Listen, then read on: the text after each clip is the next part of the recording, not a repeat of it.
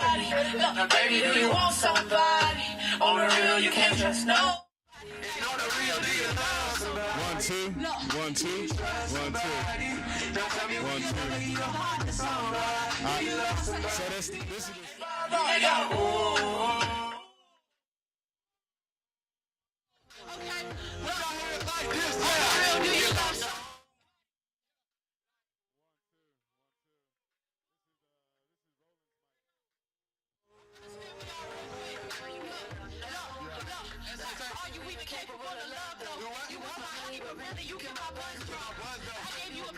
took control.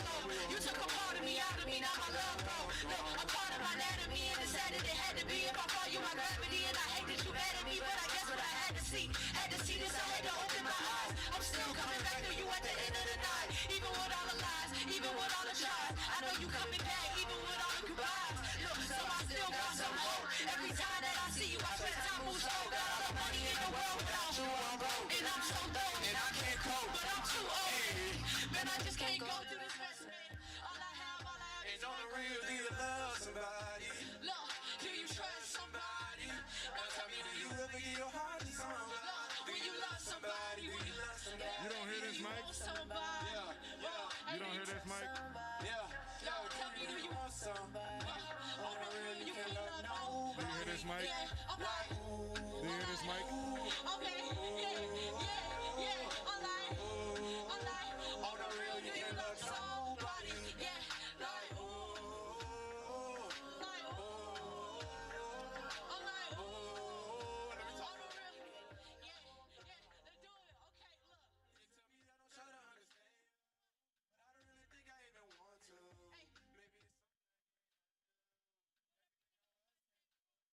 Maybe I hate the way your love is holding me. Something's taking over me. Control of me. Oh, you're too deep. I don't really know what you've been used to, but I got a couple things to show you. I think I want to get to know the old you and give me something new to believe in. Look, I don't really know what you've been used to, but I got a couple things I really want to show you. I think I want to get to know the old you and give you something new to believe in. Can you trust somebody? Baby, do you want somebody? On the real, you can't love nobody. And on the real, do you love somebody? Can you trust somebody? Now tell me, do you ever give your heart to somebody? Do you love somebody? Do you love somebody? Hey, I need y'all to make some noise for my brother Trey Mills. Yes, sir. Give it up, baby. But we finna level up. This my single, level up right now. Make sure y'all level up and vote, man. Level up and have your voice heard. Little boy, look, bitch, here we go. Keep one on the hill. On the road with the game, that's the click though. And I'm in a new beam and sit low. Yeah, they following dripping, don't slip though. At the top of the top, get go. Run with the game, that's the click though. And I'm in a new beam and sit low. Yeah, they follow the dripping, don't slip though. At the top of the top, get go. Yeah, I'm on another level.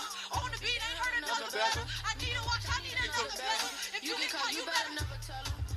Look, level up, level up, level up, level up, level up, level up, level up. I don't play no games, we are not the same. Dribble quarterly. I get up out my lane. I just get the game, give it to the gang. I can't trust no lane. You should be ashamed. I'm not a buster, you buster. I cannot run, but you suckers. They should be playing too much. Yeah, I'ma get caught on my butt trying to save on my cash. Cause I've been at the bottom, I'm running the game from the summer to autumn. They still in the drip and I see them. They give me the chain, don't leave me on. This is big. Call me Simi the Auto. I'm dressed in all white, like I was Demi Lovato. Running the game and I kick though. On the low and the G with a sit though. And they mad at me cause of my drip though. Ain't no taking my chain, we gon' hit though. No, running the game and I kick though. On the low and the G with a 10 bro. And they mad at me cause of my drip. Ain't no taking my chain, we gon' hit.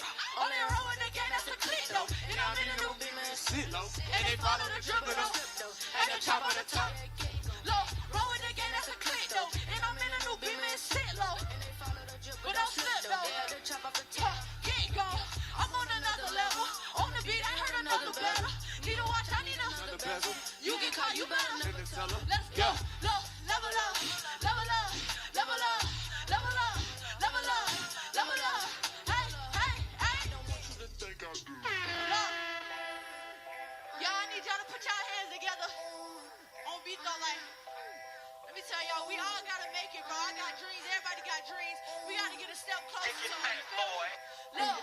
I gotta make it. I'm tired of waiting. No, I gotta take it. I need y'all to put your hands together. I gotta face it. I gotta chase it. I can just taste it. Yeah, look, 'cause I've been down so long, but I keep pushing. Look, I've been down so long, but I keep pushing. Look, I gotta make it, 'cause I've been down like the basement. But I stick to the basics, hard work, determination. I'm tryna make it, they just copy and paste it. Is they really hating? That's something I can relate with. I got so much that I'm grinding for, I just need some answers. Tryna run it up so grandma can go and beat this cancer. Look, somebody please hand me fame. I've been trying to cover it up, but I can't be fake. But I know it's gonna get better. Cop cars with different levels. Overseas, like whatever, get there and pray for better life. Assalamu alaikum, wa alaikum salam. I want a better life for mom. Don't need a stress and no job. Look, I gotta make it. I'm tired of waiting. I gotta take it. Look, I gotta face it. I gotta chase it. I can just taste it. Yeah, let's go. 'Cause I've been down so low, but I keep pushing. Look, and I've been down so low, but I keep pushing on. Hey yo, I'm gonna leave y'all with one more thing here, and I really want y'all to listen to me. I know I'm the youth. But that should give y'all a little more reason to listen to me. Like, I know what's going on. I see what's going on. And what's the change, the things we do right now. Can you hear this? Can you hear this? Can you hear me clearly on this? Y'all gotta get out and vote. You can hear me clearly on this one? Please get out and vote. Black votes matter. Y'all see, we being heard. We being felt. We gotta make change. Yeah. Look, I'm gonna end this with this. Look. Got it? Yeah. My mama raised me to not be seeing no color. If we all equal, why we still ain't seeing each other? Okay. Why they trying to wipe us out? We RIPing each other. Oh. All lives matter, but right now they me and my brothers. Okay. And I'm tired of writing verses every time a brother die. And they tired of holding hearses every time a mother cry. And your silence is observant, and I seem to wonder why. We divided, so it's working. Stop me when I tell a lie. Look, this is nothing but systematic oppression. If you want to understand why you ain't asking no questions. Okay. And I'm scared to take a stand because my blackness a weapon. It's my reality. It's sad. I have to accept it. All they think we good for is criminal acts and drugs. Going to the corner store to buy some blacks and club. We tired of being so peaceful, so we acting up. All cops ain't killers, all blacks ain't thugs. When we silent, they kill us. When we violent, they feel us. I ain't saying that is right, but God, you gotta be with us. Look in the mirror. Do your part of it, though. If you ain't fighting for the problem, you a part of it, bro. Let's go. Okay. I'm out. Yeah. That's just the way it is. Yeah. Some things will never change.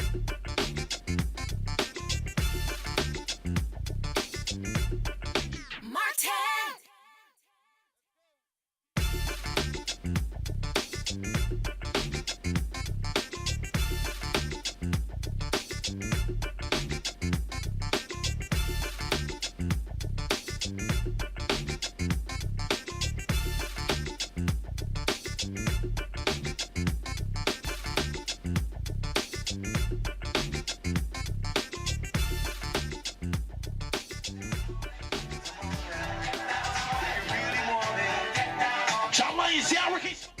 Got the scoop, the fact, the find. And when it breaks, he's right on time. And it's rolling. Best believe he's knowing. Putting it down from sports to news to politics. With entertainment just for kicks, he's rolling. It's on go, roll, y'all. It's Roland Martin, yeah. Rolling with Roland now. He's funk, he's fresh, he's real, the best. You know he's Roland Martin now.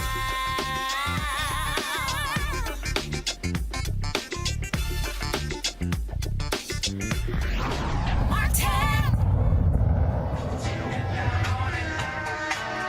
Hey folks, Roland Martin here. It is December 18th, 2020.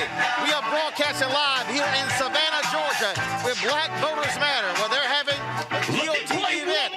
It's the 5th day of early voting, so we're here. In a moment, Keke Palmer, Common, will take the stage. In today's show, jam-packed conversation. We're talking about Georgia. We're talking about Republican efforts to stop Black folks from voting. We'll also talk with the mayor of Savannah, Georgia, and also Black Voters Matters founders, Natasha Brown and Cliff Albright. Yo, it's time to bring the funk. Savannah, Georgia style on Roland Martin Unfiltered. Let's go. He's got it. Whatever the biz, he's on it. Whatever it is, he's got the scoop, the fact, the find. And when it breaks, he's right on time. And it's rolling. Best believe he's knowing. Putting it down from sports to news to politics. With entertainment just for kicks, he's rolling. It's on go, roll, y'all. It's Roland Martin, yeah. Rolling with Roland now. He's funk, he's fresh, he's real, the best. You know he's Roland Martin now.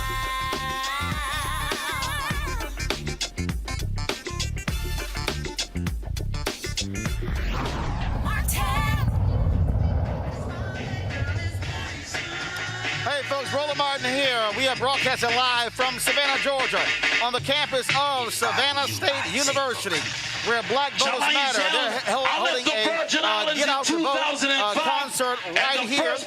There are folks who are lined up back here. Anthony, let's get a shot here. We're going to get a shot of all the cars in the parking lot. And so you can see exactly what's going on here. And so, of course, you got the stage back here. Waka Flocka and his wife, Timmy Rivera, the host of this event. Civil Rooks will be here. But also, Keke Palmer and Common are going to hit the stage in a moment as well. And so this is all a part of Black Voters Matter, traveling all across this state, encouraging African Americans to get out to vote. But not only have they been encouraging folks to get out to vote, they've been having toy drives, giveaways, Everybody doing the dance right now. passing out paraphernalia, encouraging folks in this state to vote. Why? Today is the 5th day of early voting. Early voting in Georgia started on Monday. Already, 1 million people in Georgia have already voted in the January 5th runoff pitting John Ossoff versus Republican Senator Kelly Loeffler. Pastor Raphael Warnock against Senator Kelly Loeffler. John Ossoff against Senator David Perdue. Polls show it is a tight race. Republicans are in complete disarray. Donald Trump is supposed to come to Georgia tomorrow to hold a rally, but he is still pissed off with Governor Brown, the Republican Secretary of State, and so he has refused to come here.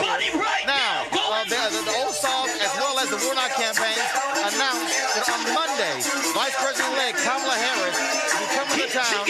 She's going to be in Savannah, Georgia, as well as Columbus, Georgia.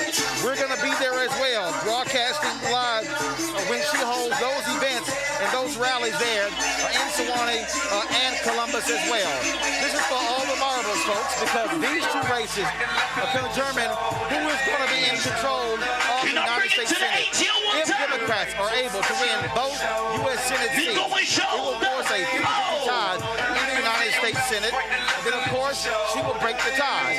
But if Republicans win even one of these seats, they will retain majority of the U.S. Senate. And that means Senate Majority Leader Mitch McConnell will be in control. He can stop anything. You got certain songs you can play from the top of the intro, and you know what it is. He also will control the Senate confirmations of Biden's cabinet picks, as well as any federal judges that Joe Biden, as president-elect, puts up. And so this is why so much focus is on Georgia. That's why we are here. We've been here for the last 2 or 3 weeks.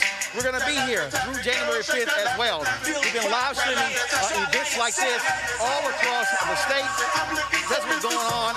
And so what we're doing in a moment here, we're going to talk with the mayor of Savannah, Georgia. He's standing right here.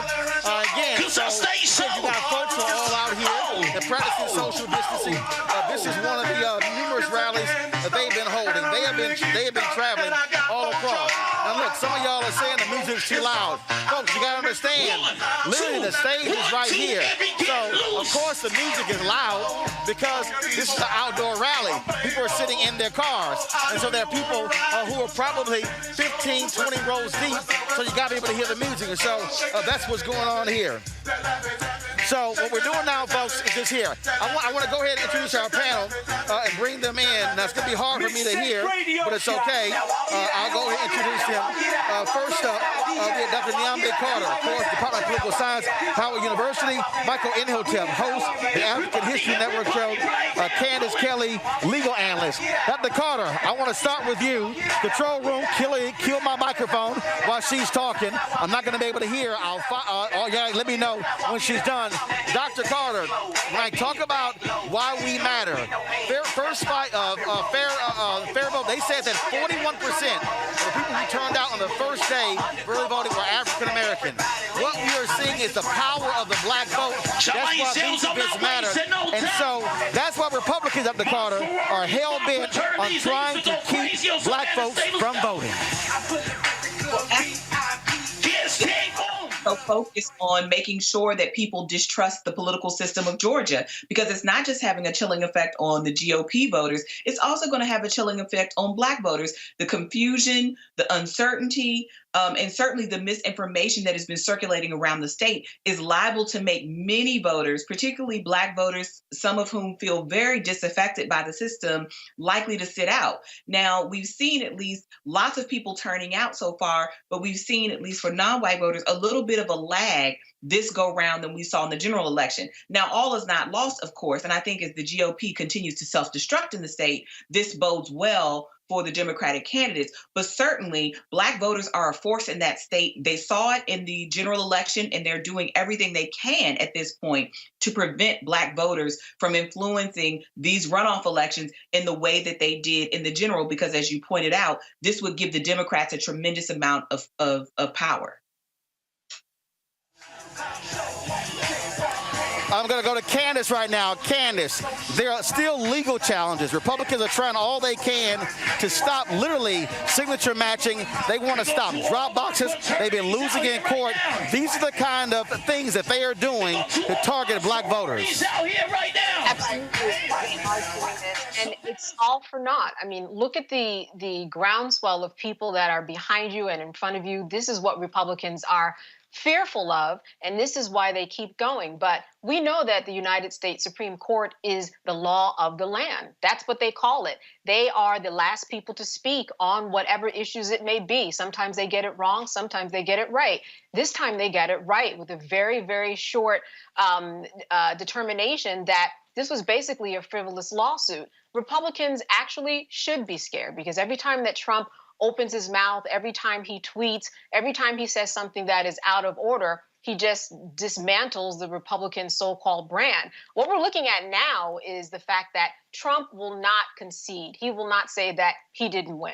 And because of that, the Republicans that are running on the ticket in Georgia are unable to say, hey, look, let's not let this happen. Trump lost, so we don't want, the Republican Party to win in Congress. They can't even say that. So they're really just stuck. There's just no place for them to turn. But from the state courts to federal courts, lower courts, I mean, Biden has been elected president about 5 times now. Every time, right? Every time that they say, okay, he's president, he's president. We've known that since the evening of the election. As Boyz II Men would say, it is the end of the road. They just don't know that yet, and all because of ego. Do we have Michael Imhotep? If Michael is there, Michael, just share with us. You're in Detroit. We saw what black voters meant there. Again, the efforts of Republicans to attack black voters. Wasting no time.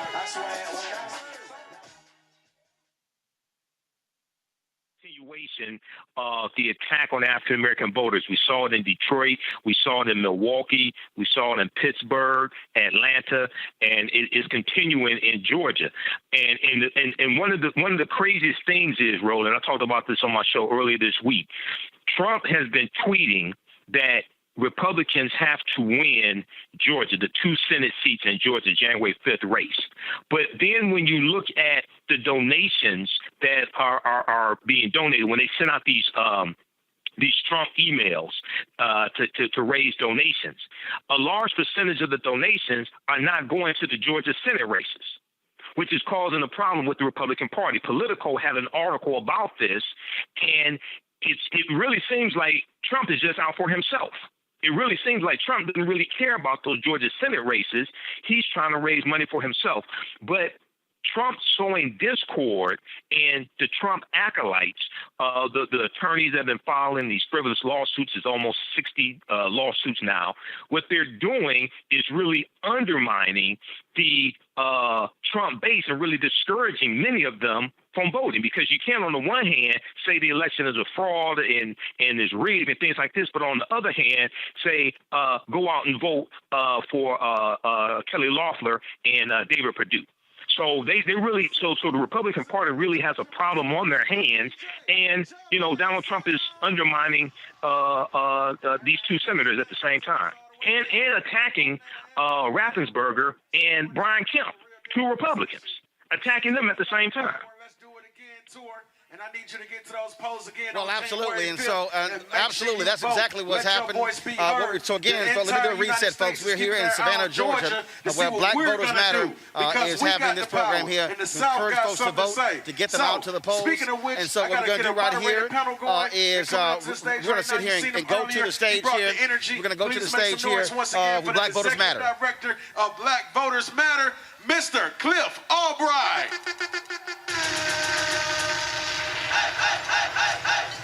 What? You've seen her all over your television screen, the big screen. You heard her all through the airways. Hey, man, she's no stranger. It almost feels like she's our first cousin. Tap your horns. Make some noise for the incredible Keke Palmer.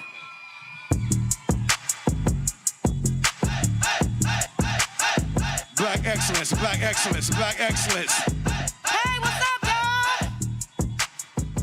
Hey! What's up? Y'all look good out there. I can see some of y'all. Hope everybody doing good, being safe. This COVID is crazy, but I'm so glad we all is out here together, y'all. We doing it, 2020. We made it through. How you doing, man? I'm doing good. How you doing? I'm doing good. I'm glad to be back in Savannah. I was here for about a month and a half, a couple months ago, filming a movie. I had a wonderful time. All right, we got to get a sneak preview tonight. You are you?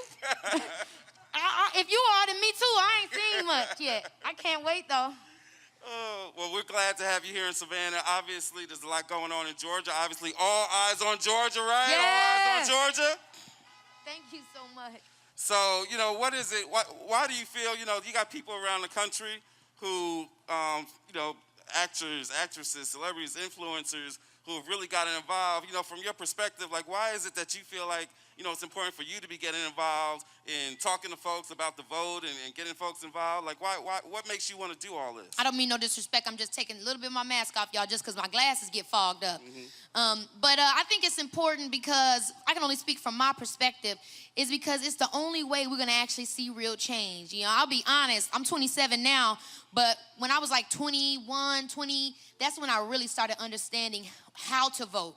That's the beginning of when I realized that, okay, it's not just the presidential election, and I actually have to pay attention to what's happening in my state, and that's going to graduate other things when it comes to the House of Representatives and the Senate House and all those things. I didn't really understand it, and I feel like, growing up, even in school, that the way that it was explained to me, it wasn't explained in a way that I would actually be able to be motivated to know what it means. And so there's that half of it, and then the other half of it is like, honestly, I've gone through such a my experience when I was telling you guys, I did a movie out here in Savannah called Alice. And that experience, it really just put in perspective the Black American experience for me. And the fact that, all I know is being free, quote unquote, you know what I'm saying? And we've gone and seen so much, when we talk about George Floyd, or when we look at a lot of our heroes, the Martin Luther Kings and Malcolm X's, we think about those things and it hurts us so much. But the reality is we have come so far, and we can't stop trying no matter how much hurt we've seen that's been caused. We have to keep going because we have to do it for them. And that's really what I think about. I think about all the people that came before me that never even got a chance to enjoy anything about life. So even though it gets hard, and I see that, they try to make it difficult for us to vote and try to make it difficult for us to understand how to help ourselves, I'm willing to go through anything to make sure that my voice is heard, because there was a time where I couldn't even do nothing. There was a time where people like us couldn't even do a damn thing. So I'm going to do everything I can to help to make sure that we never have to go back there again. That's right. That's what's up. That's what's up. Yeah, give it up, y'all. Yeah. You talked briefly about, your experience growing up and, the changes, the way you think, from when you were young and as you were getting older. In this election, this past election and this current election, one of the groups that turned out in ways that people didn't even expect was younger voters, right? In fact, right here in this county, more folks under 30 voted than over 65, which you don't usually see happen. So that's a huge thing. That's a huge thing, and I'm so proud of us. The thing is, look, we don't know everything, but we're trying to figure it out, and we're trying to see how we can make it work. And it's a learning process, and that's why I look to my elders. I look to my mom and my dad and the older people around me, and I try to get it, an understanding of things, because at the end of the day, y'all, it's just gonna be us. We are the ones. The millennials, whatever you want to call it, the Gen Zers. Pretty soon, the other people, they're getting older, and we cannot just depend on them. And ultimately, that's what it was for me. It's like, hey, I'm responsible, and I've got to take accountability over my life and the world that I'm leaving to my kids. I don't want to leave them to nothing crazy. So, hey, I got to show up. That's right. That's what's up. You talked a second ago, when you talk about the different issues, you mentioned George Floyd, right? Yeah. And Breonna Taylor, right? It's so many names. That's right, so many names, unfortunately. Right? Y'all say their names. There's too many names for us to remember sometime. But, that led to the summer that we saw, the summer of protests. Yep. And a lot of that was led by young folks. Yes. Talk to me a little bit about, just going through that historical moment and just what that meant to you and what you saw and felt. I was just so happy. It was also, I don't want to say it was surprising, but it was a beautiful thing to see that it wasn't even just Black and brown people out there. I seen a lot of people that was just like, I'm tired of this. You know what I'm saying? Everybody. Because the reality is this is a human issue. This is a country issue where we're being torn apart and being made to believe that we're not all on the same team, when really we got to say to our government, this is what we need and this is what we deserve. This is what our society is looking for. Our children need better education. We need a system that's going to be able to protect us. And, it was incredible for me to realize and see that up close. I went and I protested and I was out there, and it was in the middle of the pandemic, and we all showed up, and it was very inspiring. I feel like we were on the precipice, and we still are on the precipice of change, and that's why we can't let up. And look, ain't nothing gonna change overnight, but we are making strides, and it's that faith that we got to keep holding on to. Y'all, I could sit here and talk to Keke one-on-one all night. With gosh, yes. Yeah, all the wisdom that you putting out there, but I got to take a moment and welcome somebody to the stage. It's my boy. I think he's here. Somebody who needs no introduction. Y'all give it up for That's Roland. my dude. Yeah.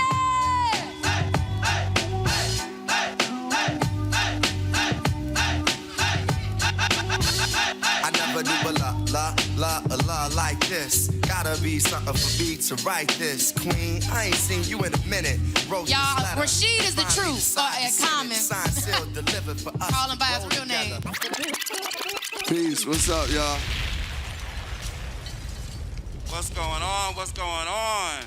So you had a busy day, I've been hearing. You've been out there doing the thing and knocking on doors and giving out stuff. Talk to us a little bit what you've been up to. Yeah, well, we arrived in Georgia yesterday. We started in Augusta, going around knocking on doors, just encouraging people that this is the time right now. This is the time. Georgia's already showed the world, showed America what the change is about. Because we used to think of Georgia in a different way. but black people showed up in such a strong way and changed the trajectory and the vision of this country. And now we got to complete that vision by going out and voting this Senate race. I think our people sometimes don't know, and I didn't know, like how important this Senate race is, because a lot of stuff that we wanted Obama to get done, he couldn't get done because he was getting blocked by the Senate and blocked by the House of Representatives. So it's like we got a president-elect and a vice president-elect who are talking about systemic racism. They talking about HBCUs. They planning criminal justice reform plans. They thinking about health care. So with that on the agenda, the only way they can get it done, the only way we can see the system work is by having the Senate and the House of Representatives. And these 2 seats that Georgia holds are the deciding factor. So we just here encouraging everybody in Georgia to go out and vote. Reverend Warnock and John Ossoff. And I done sat with those brothers, black man and a white man, sat down with and talked with them, and I believe in them. And they about some of the same things that we about. And they understand black economic justice. They understand getting away with like the bail, bail is like something that they target for poor people, like getting rid of bails for people. Just a lot of stuff, education that we know we need, they about that. I mean, I'll go on forever, but I'm glad to be here. And, Keke and I was filming Alice here when the election happened and when everything was won. And it was like, man, I was proud to be in Georgia because we was like waiting on the votes from Georgia, and Georgia showed up. So we need Georgia to show up right now in this Senate race. Yeah, that's right. Honk your horns. So yeah, so as you've been doing that work, knocking on the doors, I think y'all did some type of donation. We did a food donation today over at Connor's Temple and a toy donation, because you got so many families that right now, they're having a hard time just putting toys under the tree for their family, right? Or being able to cook a holiday meal, and a lot of that is because, Keke was talking earlier about COVID. COVID has really hurt the black community, so talk to me a little bit about, kind of what you've been seeing and how families are dealing with that COVID stuff, and whether people are making that connection between like the kind of COVID relief that's being debated right now and these candidates that you're talking about and what they feeling in their own personal lives, like how you see all that coming together. Well, I've been really inspired and enthused by going into our neighborhoods, our communities, and the education that I've been getting from the people whose doors I'm knocking on, right, to also the information that they have. And a lot of people we visited, they know about the Senate race. They voted already. Some of them early voted. And some who weren't aware were like, man, I got to do this for certain reasons. We all have felt the effects of bad leadership within the past 4 years. And face it, this country ain't always had great leadership. But this has been the biggest moment to change these things. This has been the biggest moment. Yes. This has been the first time you ever hear somebody running for president talking about systemic racism. Since when has a system ever said, man, this country is a victim of systemic racism? Right. So that being said, the families that I've been meeting, a lot of them have felt it economically. So they were like, look, I understand that this voting matters. And a lot of it got broken down by seeing what happened with Breonna Taylor, right, and what happened with George Floyd. And today we were with Ahmaud Arbery's mom, and we went to Brunswick. That's right. And I think people are realizing that we are electing these people who are making decisions that are allowing the people who murder our people to get off. Exactly. So right, I think they are connecting that. And that's because of COVID, I will say. I hate the deaths, and I hate what we've lost, and I hate, like you said, the bad leadership that put us in this position. But that pandemic made everybody watch George Floyd get killed for 8 minutes. That's right. You know what I'm saying? That pandemic had me in my room, waking up, looking online, seeing this video of Ahmaud Arbery getting shot dead, running down the street. Like, we were doing too much. Our world was moving too fast, and we have been overlooking stuff for too long. And as bad as COVID has been, that pandemic, that quarantine, that made everybody open up their eyes. And now nobody can turn away. So we have to keep going and keep busting down them doors and saying, you need to see this. Yeah, that's right. Period. That's right. That's right. You know, speaking of which, I think we need to give it up for our fam out there in Brunswick and those surrounding counties, because a lot of people don't notice that DA, the first DA that tried to bury that case, right, that tried to ignore the murder of our brother, that DA was on the ballot last month. And guess what? She about to lose her job, right? She about to lose her job. You about to lose your job. That's right. We came together and she lost and she got voted out, and our people did that, right? Amen. That's right. And so that reminds us about, the power of even these local elections. I know a lot of the focus is on this runoff and these Senate races right now, but we even got a local race, we got a state race. This Public Service Commission is also on the ballot right now. But that's why these things that we're doing right now is so important, y'all, because the history is that for a lot of these other people, it's been a tradition for them to vote. They know how it works. They were able to do it since the beginning of time. They would have rallies. They would have everything. We vote and we know because they had the information and it wasn't taken from them. We've only been able to have access to some of these things for so long. So that's why we're creating the traditions now. We're getting the opportunity to make this an exciting thing for the kids. They seeing us out here right now. They're saying, yeah, it's important to vote. Yeah, this is a thing. That's the reality. It's now we got to really acknowledge that this is something that's a part of our community and be proud of our privilege to be able to vote, because it just was taken from us so long and it wasn't a tradition to us because it was something we never felt included in. But now we know what we could do. Our faith, I think, has been restored in many ways, and we just have to keep on pushing and showing the kids that this is real. We have power. We do. Yeah, and I was one of them cats that was like, man, this voting, I ain't rocking with that shit. This shit ain't like that's not what I'm a part of. I don't feel included in that. Mm-hmm. But it was a point when George Bush was running, and I was like, man, if I say I care about my people, I got to at least vote. I got to at least say I did it. So I had to vote against George Bush. That was the beginning of my voting. Right. But then the more and more I started to look and I started to meet candidates. Like for me in Chicago, our state's attorney named Kim Fox, she decides, she a black woman from Cabrini Green, one of the projects. That's where my dad's from. Exactly, you did say your dad from Cabrini Green. So she know our struggle. She part of that struggle. And she deciding if young black men are going to get sentenced to 25 to life for marijuana. And she ain't on that. So we got to have people that know who we are, that understand our struggle, that's making those decisions. And that's what, honestly, it started to crystallize more and more all these things that I see going on around me. Like our homies going to jail for long times, and these things was like, that was connected to politics. Yes, and we have to advocate for ourselves. We have to advocate for ourselves. No one would do it. No one cares or knows what it's affecting black America, but black Americans. That's it. And we have to advocate for ourselves. Yeah, and I think, another aspect that Keke just kind of brought up to spark something for me is the education of it. It seems so difficult. Because I know when I first went to vote, I looked at that ballot and was like, damn, I don't know all these people, and that's just the truth. Right. And even up to this date, I vote on as many people as I can. I get as educated as much as I can. Right. So something you mentioned is part of our process that we got to do. We can't just educate ourselves, and especially with Black Voters Matter.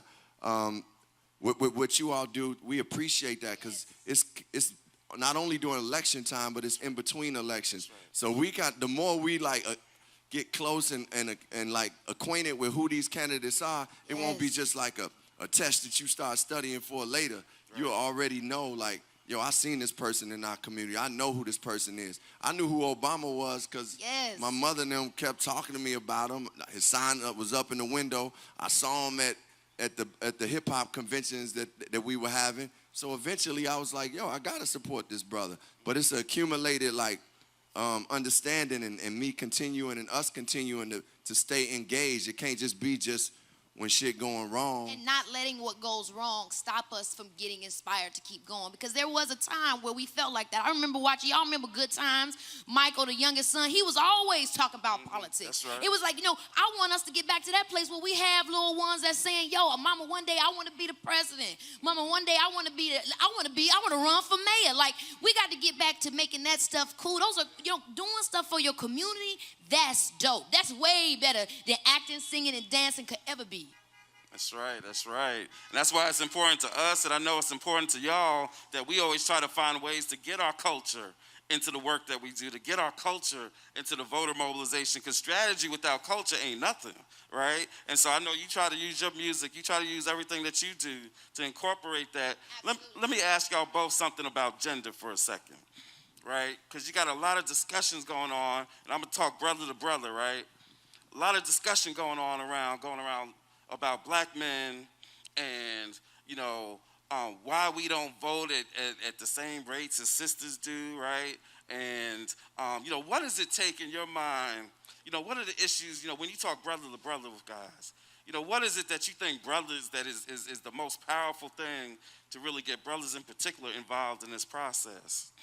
Well, I think, you have to be able to communicate to brothers and connect with them and show them why in a very practical and simple way. You got to show them why their vote is actually a part of changing their community, changing their families. You got to show them why if they go out and vote, they actually can change the situations for their people. I think a lot of it, to be honest, is a lot of the hurt that we felt. Yes. And so, like many of us, when you get hurt, you kind of deny things and be like, I'm done. I ain't a part of that. And I felt that. I remember talking to a brother in Miami that was like, he was on his block. He was like, man, and we were with some people who were running for mayor, running for the House of Representatives, and he was like, man, what is that going to do for my life? What is this going to do? Man, these people shooting around him.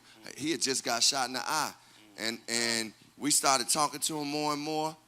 And man, eventually he just started feeling like a part of it. Like part of this is the hurt that we've experienced for so long, and especially as black men and black women. So I don't want them to separate our struggle.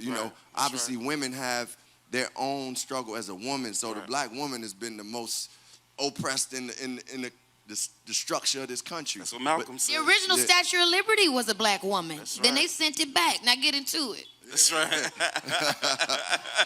yeah. So I think as black men, I think we have to really understand, like, the way we go out and hustle for our families and do work for our families, and we really believe in that. We got to understand doing for our family too is included in the vote, and it shows up in so many aspects of our life. Even when you think about, man, jobs, a lot of the government makes decisions on when like if they develop in a housing place and it's a place that's not a privately owned, the government decides on who gets those jobs.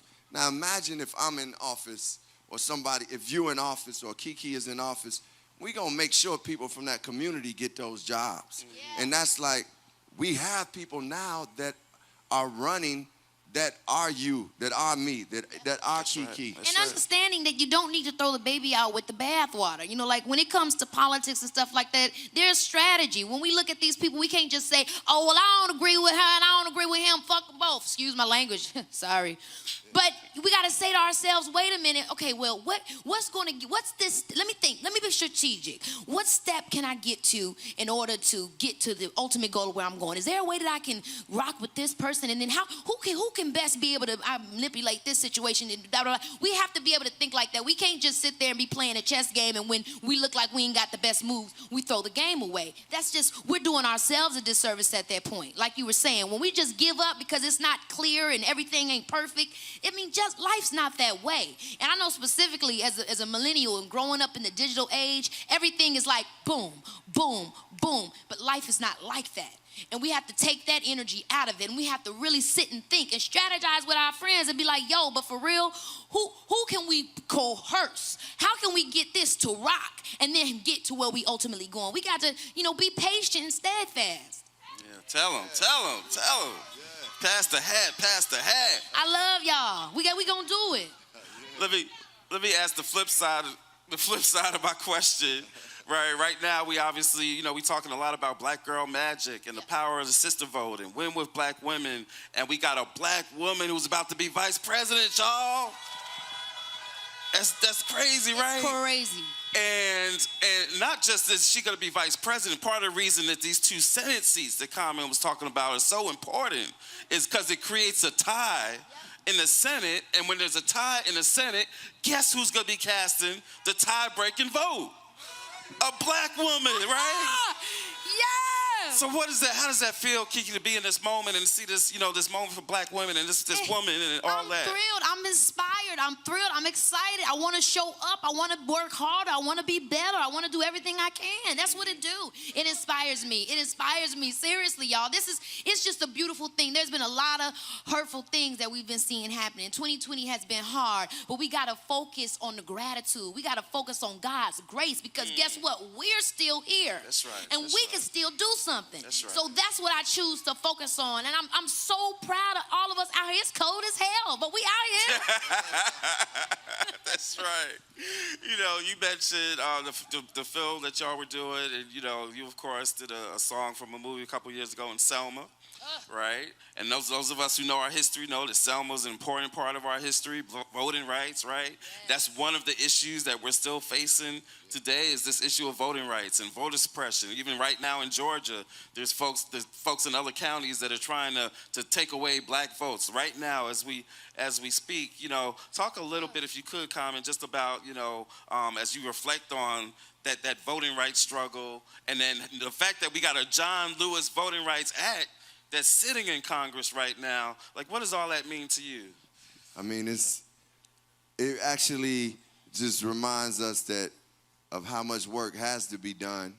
I remember we had the opportunity when we were doing Selma to talk with Ambassador Andrew Young, and man, he sat down with us. We was at our first rehearsal, and he was like, "What are you willing to die for?" Live for that. He said, we were willing to die for freedom, justice, and equality. So we live for it each and every day. So when he said those words, that resonated with me like, man, this work this going to be a daily thing that we have to do every day. And as Keke was saying, it's not happening overnight. This has been 400 years of oppression. And pre that, it's been colonialism in all type of other countries that the white man has brought to this country, and we just got to do some healing. And it's going to take more time than we know, but it's worth it. Yeah. And it's like, man, what do we do with our lives at this time? Let's be purposeful. Let's be in the purpose that the Creator made us for. And let's love each other. Yeah. Let's have compassion for each other. We've been through a lot as a community. There's a lot of trauma, PTSD, sickness. There's a lot of things we got to heal from. So let's be good to each other. When we see we coming in, so we giving each other shade or whatever it may be, understand where it's coming from. And let's love each other, because that's really something too. Y'all, we've been out here. This is good talk. We got to wrap it up. Everybody needs to get some rest so that they go out and recruit some more voters for tomorrow, right, for early voting. But before we go, you know, I heard a rumor that you know a little something common about freestyle. I heard a rumor that you might know a little something about freestyle. And if I threw out a word, that you might be able to freestyle a little bit. You know, is that true? If I threw out a word, you freestyle a little something? But should I get a beat or I do it without a beat? I could do it with a beat. I think we give him a beat. I think we give him. I don't need a beat. I don't need a beat. I come from 87th Street. Come to Savannah and make everything sweet and everything nice. Yo, I paid the price. This is a freestyle I do on Friday night. I make it all right. Common sense, I speak freely. On the stage with this queen, yo, her name is Keke Palmer. You know the style, it always be free. Y'all remember Keke from Aquila and the Bee? Yo, it's like this. Common sense, I came to splatter. I told you every time that black voters, they matter. Yeah, we do what we can. Yo, I just hand a different child, a type of style in Savannah. Yo, I be the one that comes since they got my own palace. Earlier, me and Keke was shooting Alice a couple of years ago or weeks ago. This is how I speak, cause it's spiritual, it's lyrical. Yo, this is how, here it go. I came to explore the place down in Georgia. Yo, I came to reach this. Both our mothers are teachers. I come to Georgia because I love the peaches. Yeah, that's how it be. I came to speak. Yo, you know, yo, the boy Rashi. I got a peek and I take it this week. Calm sense, I be free. I know people putting me on they IG live, and you can do it. That's okay, we do it with no music. Calm sense, yo, I get into it. And this is like the style, and this is like the gift. I'm telling everybody to vote on January 5th. What can we do? Yo, I've been on the door knock, out there supporting my man, Reverend Warnock. And this is how it do. Calm sense, I go off. I rap my ass off like, all soft. Yeah,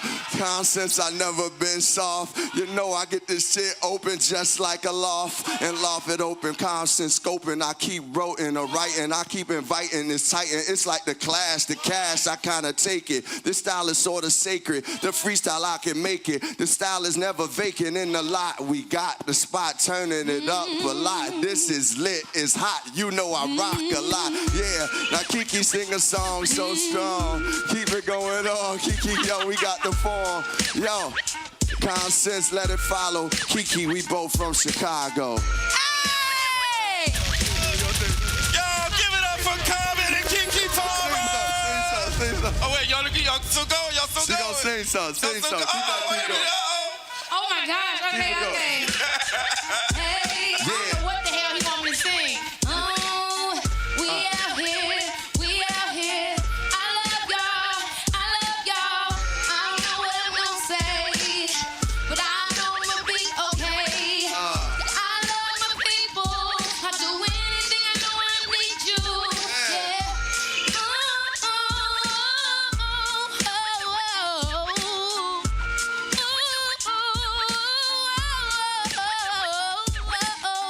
Hey, Common, why you got me up here like I be rhyming?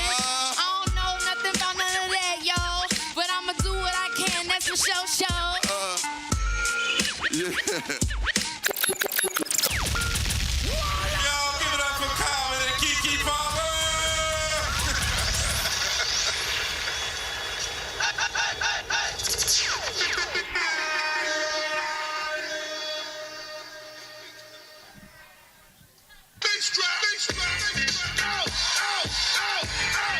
Here we go. All right, folks. That was quite interesting there. Of course, Common and Keke Palmer with Cliff Albright, co-founder of Black Voters Matter. I want to ask Dr. Carter this here. I'm going to go to her right now. Look, it is not new to see black entertainers galvanize our community. You had a Harry Belafonte, Ossie Davis, Dick Gregory, so many others who get into the civil rights movement. This is not new for us. The idea that entertainers and others are still not a part of our communities, that don't love Black people, that don't live with Black people, that don't know other Black people and have those same concerns is also a misguided idea. I think, we have often, in this current moment, sort of poo-pooed the idea that people who may be wealthy or have some sort of influence or esteem are somehow disconnected from the everyday experiences of many Black people. And that may be true in some instances, but I think what we just saw there are examples of the ways in which entertainers recognize that they have platforms that can be really used for good. They can amplify messages. They can offer financial support. They can offer their words. They can offer their social media handles and other kinds of things to this experience. They can knock on doors. And whether we like it or not, entertainers, actors, influencers are that for a reason. They are able to bring people into the fold who may not have thought about some of these issues before. And I think anything we can do, any resource that we have, and celebrities and others are resources to bring people into the process, can only add to the value. Michael, it's also a mistake for people to not take advantage of their influence. The reality is Dr. King utilized the influence Harry Belafonte had with other entertainers, white entertainers, Charlton Heston, James Garner, and others. And so the reality is when you are in a war, you use all of your weapons to deploy them to win. Use all the weapons that you have at your disposal. And I've talked about this before, how entertainers have what I call the 3 F's: fame, fortune, and a following. fame, fortune, and a following. You mentioned Ossie Davis. Incidentally, today is Ossie Davis' birthday. He was born December 18th, 1917. That brother performed the eulogy at Malcolm X's funeral. But entertainers have, whether we talk about people like Paul Robeson, whether we talk about a Harry Belafonte, Sidney Poitier, Lena Horne, Aretha Franklin, they've been able to use their celebrity and to galvanize African Americans to support causes that are beneficial to the collective. Okay, and so that's extremely important. Everybody doesn't have to be a Dr. Leonard Jeffries or a Dr. Greg Carr, but everybody can play their position, play their role. Use your the tools that you have. Use the attributes that you have to push an agenda. And this is what we did.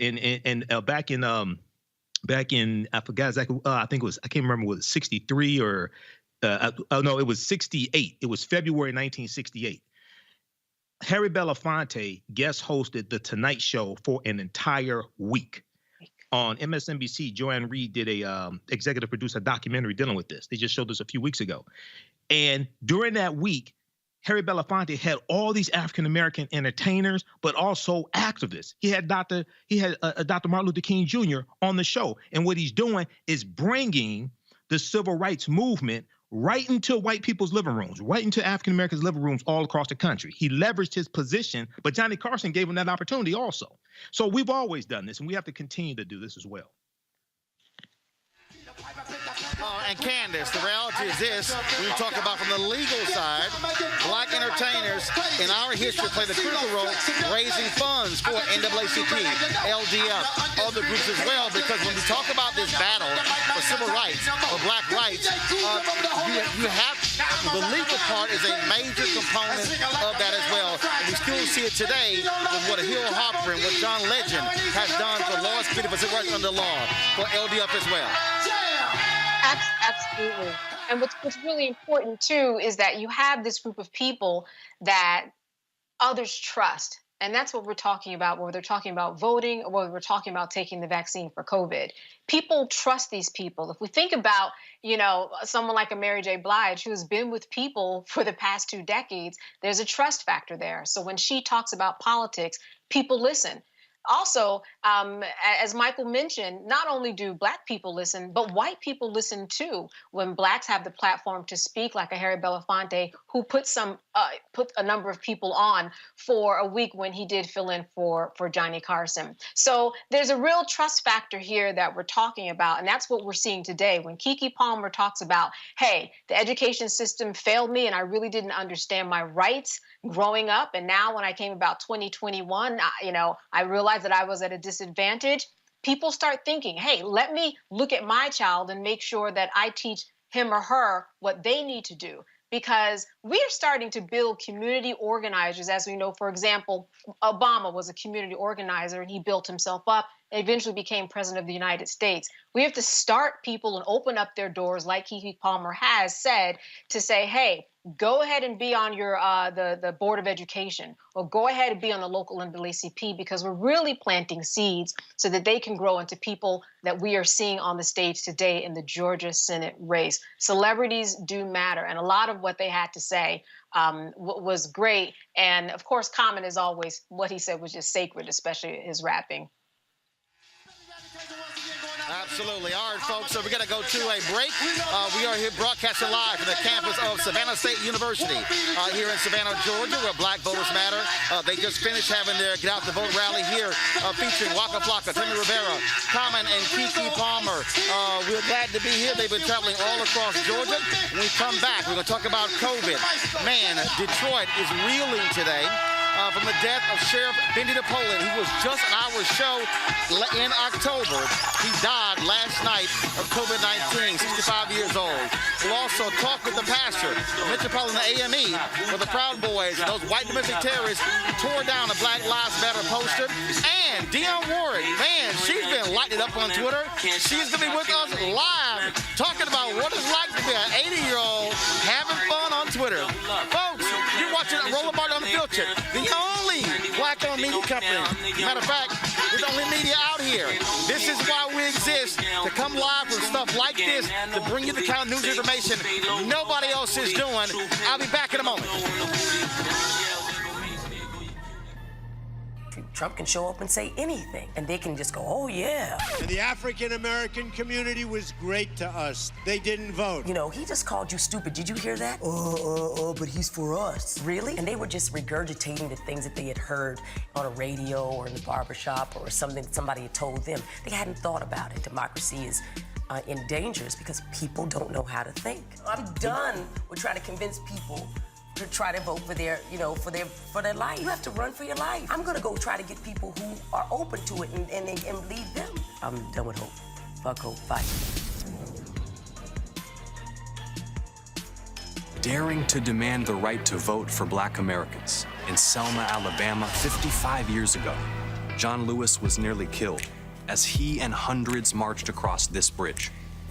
That movement's courage secured the Civil Rights Act and the Voting Rights Act. But the promise of equal justice in America remains unfulfilled. So together we'll fight for a new Civil Rights Act and a new Voting Rights Act to ensure equal justice for all, no matter the color of our skin, to end racial profiling and police brutality, and to stop anyone from suppressing the sacred right to vote.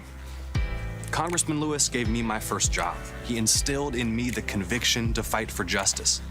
He said to never give in, never give up, keep the faith, and keep our eyes on the prize. I'm John Ossoff. I approve this message. Too many people struggled, suffered, and died to make it possible for every American to exercise their right to vote. There's a lot of stuff to do this time of year. Get the tree. Done. Hang the lights. Not yet. Wrap presents. Check. But this year, there's one extra thing to do. Vote. That's right. Early voting starts December 14th, so make voting part of your holiday plans. It'll probably take you less time than it'll take me to do this. I'm Raphael Warnock, and I approve this message. We learned early in Sunday school that thou shalt not steal, thou shalt not bear false witness, thou shalt not have no other gods before me. Raphael Warnock's opponent seems to have forgotten these basic Sunday school lessons. Her gods of greed, her lies about Pastor Warnock, and her shady Wall Street practices are evidence of this. And on January the 5th, let's bear witness that greed, lies, and shady dealings don't represent Georgia. Let's send Raphael Warnock to the U.S. Senate to fight for the least of these and not Wall Street billionaires.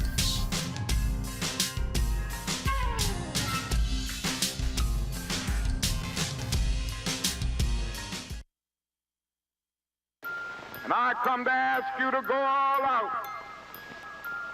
Just see what a power you can be. Let us march on ballot boxes.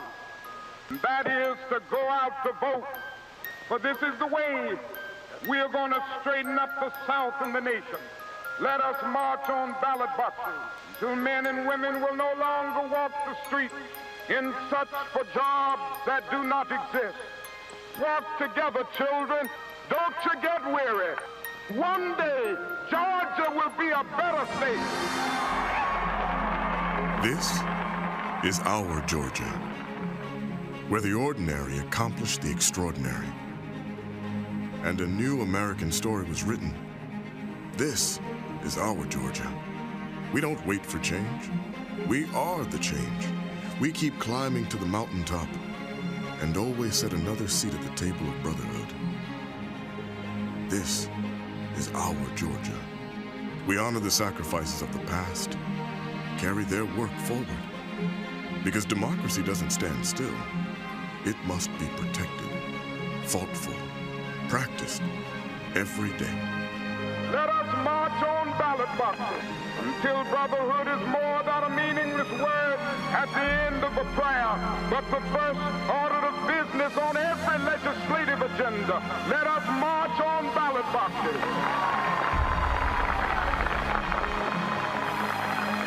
Every voice counts. Every vote counts. Every voice must be heard. must be heard. Este es mi futuro. This is my future. This is my Georgia. This is my Georgia. This is my Georgia. This is my Georgia. How about you? ¿Y tú? Are you in? Are you in?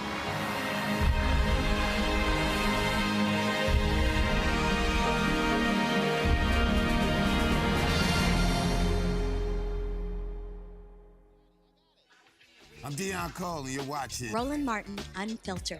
Stay woke.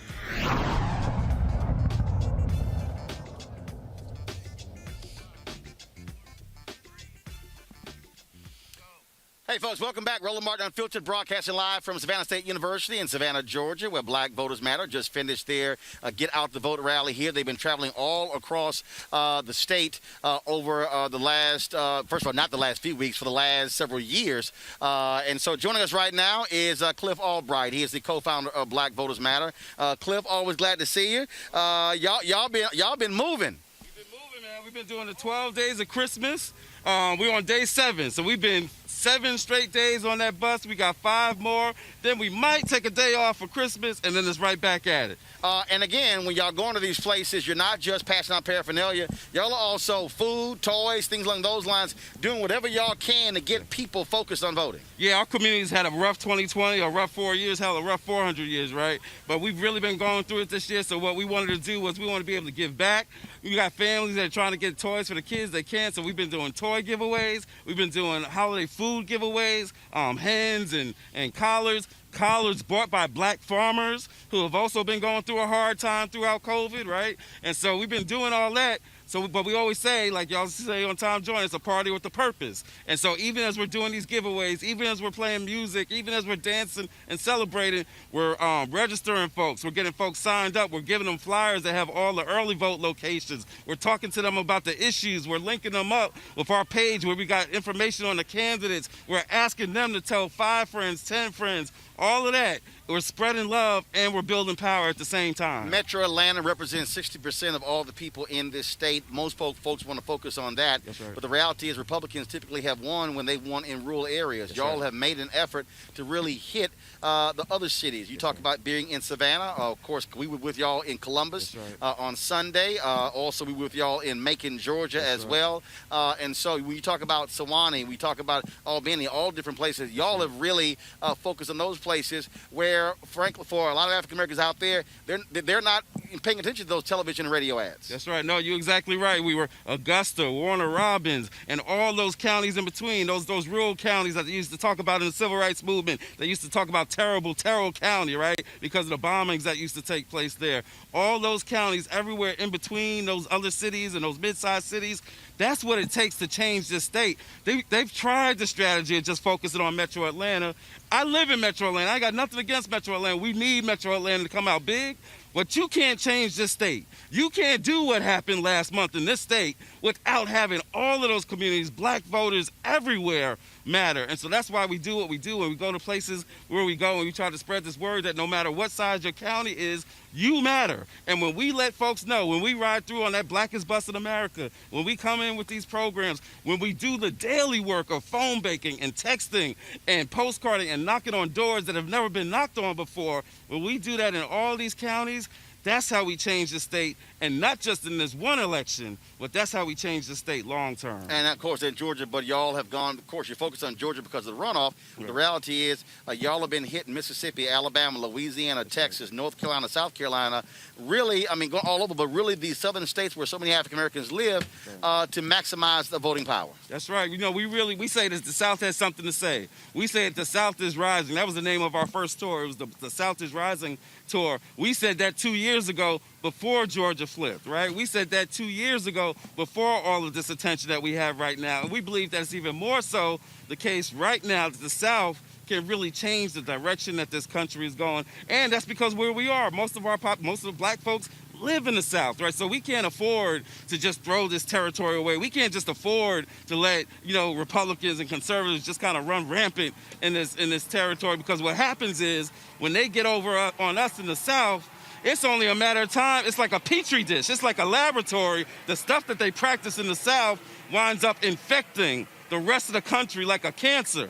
So we can't afford to give up on the South. If we just invest in the South, invest in our organizations, community groups, Divine Nine, churches, NAACP chapters, I don't care, neighborhood associations, right? The Bingo Club. If we just invest in our community, in the organizations that have relationships and serve our community and organize our folks on a daily basis, if we invest in them in the right way, there is no election that we can't win and there is no issue that we can't advance. All right, Cliff Albright, where y'all headed tomorrow? Tomorrow we are going, well, actually, it's funny, we're going back to metro area, but to Clayton County, which doesn't often get a lot of attention. As you know, on election night and that whole week, all eyes in the country were on Clayton County trying to see what was going on. So we're going back there. We're going to spread a little love there. We're going to do this event all over again, spreading love and building power. And speaking of that, the folks here at Georgia Stand Up, they're going to have an event tomorrow there in Clayton County. We're going to be live streaming that event, and then they're going to have on Sunday they have a gospel event taking place, and then we'll be live streaming that one as well.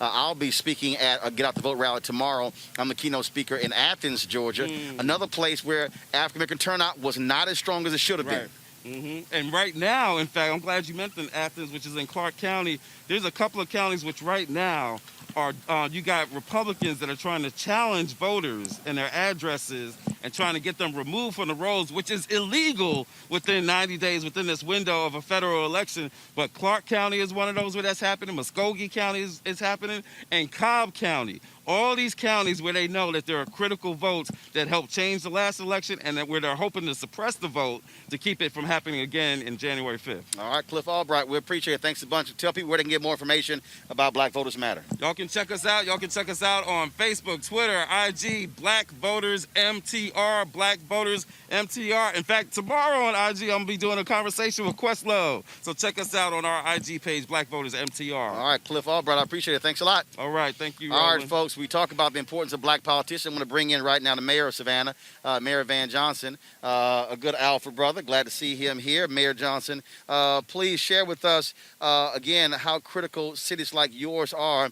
A lot of people think, well, look, you got Atlanta in those areas. This is the hometown of Raphael Warnock. I'm quite sure you want to see a maximum turnout from this city voting for Warnock and Ossoff. This is the home of Raphael Warnock. You cannot win Georgia without winning Savannah. You cannot win Georgia without winning Macon and without winning Augusta. And so that's why it's so important. We were so glad to have all of you here today to really emphasize the need of people being engaged from areas outside of the metro part of Atlanta. We know Savannah turned out. We could turn out better. And so this is our opportunity to do so, and you all being here help to really spread that word. Now, Warnock is going to be here tomorrow with the rally with Common tomorrow. That's right. And we're looking forward to it. I mean, it's always good to have, our issue has always been in state Senate races, the coastal Georgia area gets left out. And we know that our homeboy won't forget about home. When you talk about issues, we already seen one of the early polls that came out that showed Republicans with a slight lead. Democrats are doing very well on health care, but the economy is the number one issue according to those polls. Right. That's of interest not just to African Americans but to all voters. That's correct. And beyond that, getting out of COVID helps to get our economy back up. And so it all really ties together. It's really important for us to be really engaged about people being able to keep their businesses open, people able to work and be able to feed their families, to not face eviction, as many families are doing. And right now in our Senate, we're fighting over stuff that shouldn't be fought about. Absolutely. Well, Mayor Van Johnson, it's good to see you. We're glad My to brother, be here. thank you. Glad to be here in your city, and won't be the last time. And keep holding the light for all of us Alpha brothers. Well, thank you, and thanks for all you do. You've been across the country, making things happen, talking about the issues. We appreciate you, and we're glad to have you here at Savannah State University. I appreciate it. Thank you so very God much. bless. Sir. All right, folks, y'all heard the mayor there speak about COVID. Talk about sad news last night when we got word out of Detroit, where the sheriff, Benny Napoleon, 65 years old, died last night of COVID-19. It was shocking and stunning news to hear him pass away. African Americans have been greatly impacted by COVID. I've known a number of people in Detroit who passed away who are African American from COVID-19. Y'all might remember Sheriff Napoleon was on our show when we broadcast live on October 28th with Senator Gary Peters. He was on the show. He was with us, and then it was a few weeks later, when he contracted COVID. Went into the hospital around November 20th, was put on a ventilator. On that day, his daughter said that was the last time she talked to him. He was never able to recover from that. He died last night at the age of 65. Michael Imhotep, you're there in Detroit. You took the news, just like many other people took the news, very hard. Benny Napoleon was a beloved figure there in Detroit, in that county. He was from there. He was a pillar in law enforcement, and to lose him at the age of 65 to COVID-19 is just shocking. I already knew he was in the hospital. I knew he was on a ventilator. I know people in the sheriff's department that worked with them that kept me abreast of what was going on. I found out 20 minutes before I went on the air last night to do my show at 11 p.m. Eastern Standard Time. As soon as I found out, I sent you a text and sent you some information about it, because when Benny was on, when you were here in Detroit broadcasting and Benny was on your show, I was in the audience. So it's a huge loss, devastating. He's a former chief of police here in Detroit from 1998 to 2001, if I remember correctly. He's been the Wayne County Sheriff for the past 11 years. I know people who are close to him who talk about how he wasn't just a nice guy, but he made you feel very important. Even people who didn't know him that well, he made you feel very important. I knew him somewhat. We weren't buddies, but we'd been on radio shows together, and I would see him from time to time, throughout the years. And I knew people who were close to him. And, this is a huge loss. And when it comes to law enforcement, he was the type of, when you talk to people in law enforcement, he was the type of officer and sheriff and person in charge of law enforcement. He was the type that you would want. Okay, he was the type when we talk about holding police officers accountable in general, and we talk about police reform, things like this. He's the type of officer that you will want. So, he's the graduate of Cass Technical High School, my alma mater as well.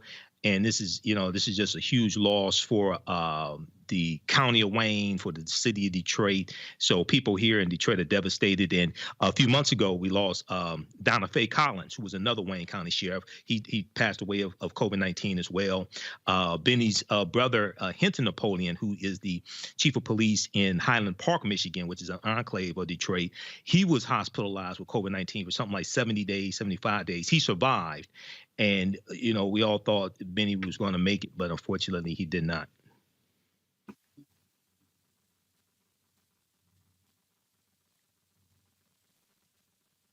So last night's show, that was a tough show for me to get through. The die of COVID-19. A number of people in that department have died of COVID-19. So it shows you the impact of this disease. It also shows you, Dr. Carter, frankly, the failure of the Trump administration. Even though the vaccine is out, we're already hearing right now how they are pulling back vaccines to blue states or Republicans. I mean, they are penalizing people who've been critical of Donald Trump. This is how evil and sick and demented this administration is. Well, unfortunately, Mr. Napoleon and 300,000 others are no longer here because this government was going to be inactive. In fact, it seems like they were actively trying to have people infected because of this false belief in herd immunity. And I think that's even more alarming. And now that you have a bunch of COVID deniers being allowed to have access to this vaccine, I think it's even more maddening, because just like Mr. Napoleon's and so many others, sicknesses of millions of people were avoidable if we had actually listened to the scientists at the outset. And I think that's the thing that makes us so enraged, or makes me so enraged about this moment, is that it was an active attempt, an active doing of just ignoring all science behind some veneer of or false notion of freedom and liberty, and really just sitting on your hands and doing nothing. And now that we have a moment where this vaccine is going to be prepared, you have these people still playing politics, not just with this vaccine, but also a stimulus bill. I mean, people are hurting right now, and you have these folks still sitting here from their very pretty perches, with their very secure pensions and all the health care they could ever want, telling people what to live without. And frankly, about to kill more people before this vaccine gets a full rollout. And it's enraging and it's disgusting. Likewise. Candace, want to go to you here. We're also seeing the failure of the U.S. Senate Act when it comes to COVID relief. $600. This shows you why these 2 Senate races in Georgia matter, because you can have real COVID relief if you have a different Senate in charge. Absolutely. And there's so many people who are suffering. We see the numbers of people who are trying to get in food lines, spending hours and hours just to get cans and some packets of meat. And, they're treating this like it is some bipartisan issue, which it is not. This is something that affects Republicans and Democrats the same. And as you said, when we look at COVID and all of its effects, the fact that President Trump is not doing anything, the fact that he hasn't taken the vaccine like Vice President Pence did today, that's a problem. He's not even acknowledging the fact that, hey, this vaccine is something that those people who follow me should be coming out to take. This will not lead us to any type of herd immunity, which when Dr. Fauci speaks, he talks about that being an option. But you have to have people on the ground doing their job. So it's about people not having money, but then on the other side, it's the fact that people are not paying attention to the masking policy. They think that this is some type of right and freedom to assembly and their right to do what they want, when it's other people's right, like my right and your right to just stay alive, wear the mask. Why people think that the government shouldn't be involved in this, I don't know. When they get up in the morning and they reach for that cereal in their cabinet, it's FDA approved. The government is involved in that process. You get in a car, you have to put on a seatbelt, right? When you turn on the radio, it's governed by the FCC. The government has always had their hands in making sure that people do what they are supposed to do. The problem is, and as we're seeing right now, they don't on their own, which is why we have to have oversight. But it starts at the top. And, President Trump is just not doing his job so that the information and the wherewithal for people to get vaccinated, to make a legislative bill happen, he's not doing what he should be doing. Absolutely. All right, folks, speaking of not doing what he should be doing, he has not said a word about the racist Proud Boys tearing down Black Lives Matter signs from 2 historical black churches in Washington, D.C. over the weekend. The pastor of Asbury Methodist, Reverend Mills, was highly critical, saying it reminded her of cross burnings, what took place, and they're not happy that frankly, the government officials have still not been aggressive with what took place. Joining us right now is the pastor of Metropolitan AME Church, one of those churches where that sign was also taken down, Reverend William Lamar. Reverend Lamar, glad to have you here on Roland Martin Unfiltered. Roland, thank you, sir. And my condolences to the good people of Detroit. We've got relatives there. And I want to say fight on to the people of Georgia. I'm a native of Macon. Let's do what we got to do.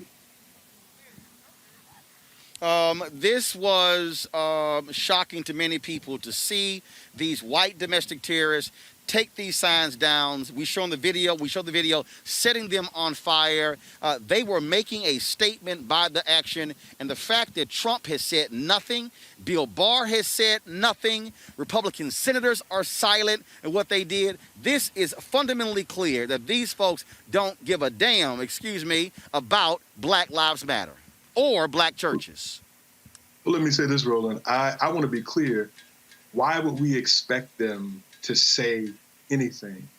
You know the theology, the history, the politics of their fathers, their fathers' fathers, their father's father. It was a politics, it was a theology that allowed them to conquest, to exploit, and to be quiet, to turn a blind eye to death, to turn a blind eye to human suffering.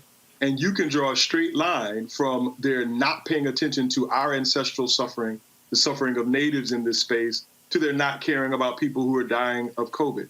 It is one unbroken theological narrative that allows them to control whatever they survey, allows them to oppress and exploit and to commodify. And someone asked me today, was I surprised? Well, you can't be surprised if you know the story of Mamie and Emmett Till. You can't be surprised if you know the story of Rosewood, the story of Wilmington, the first true coup d'etat on this soil. And so we've got to keep our eyes open. We've got to be ancestrally aware of what has happened and know that the assault against Metropolitan was not just a contemporary statement, but it's an assault against Black life existing and thriving.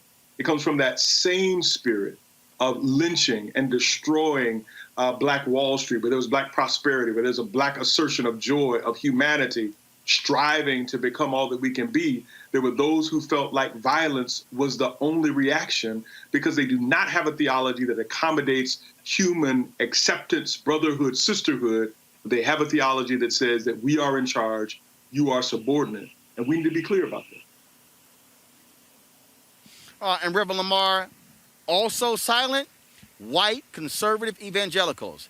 I've heard nothing from Paula White, nothing from Robert Jeffress, nothing from Franklin Graham, nothing from Tony Perkins, nothing from Ralph Reed. All of these people who love talking about what's happening to Christians being persecuted in other countries, absolutely silent about what took place this weekend. They too are showing their white supremacist roots when it comes to white evangelicals in this country, when it comes to the lives of Black people. Roland, I'll say this, brother. I've been very clear. The God of Paula White, the God of Jeffers, the God of the Grahams, that is not our God. Anthony. Howard Thurman said that when we came here, we made a different faith than that of the enslaved. So we got to be very clear. We cannot expect them to be something else until they truly convert to the ministry and the way of Jesus. Theology cannot pierce white supremacy. Their ultimate loyalty is to white supremacy.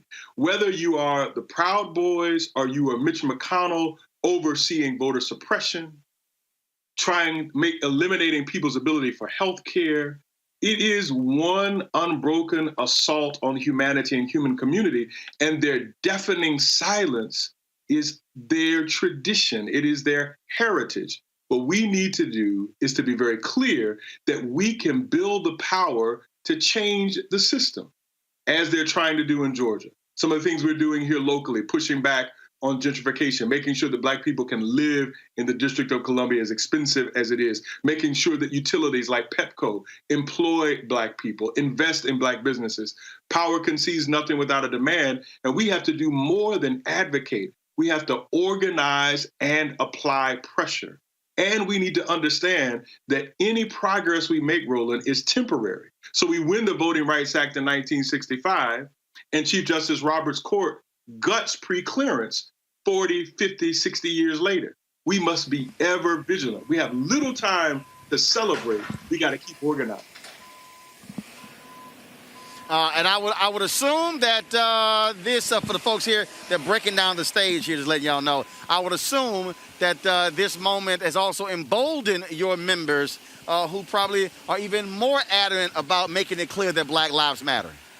Oh, yes, sir, Roland. We, as I have shared a number of times, I know you listen to hip-hop, 1987 LL Cool J's album, Bigger and Deffer. We're going to put a sign up that is bigger and Blacker than the one before, but we are committed to continuing the fight for all humanity. It's been very clear that when Black people got political power, we made sure that all people were cared for. When Black people controlled the South Carolina legislature post-Reconstruction, we were the ones that provided universal free public education. And what we're doing is fighting for universal health care, fighting for living wages, fighting for worker protection and workers being able to organize. We must fundamentally reorder our capitalist system. We must fundamentally reorder the way we look after people. We need to ask ourselves, and I think it's very clear right now in this moment, we value commodity, capitalism, and profit over human flourishing, and we have to keep raising our voices.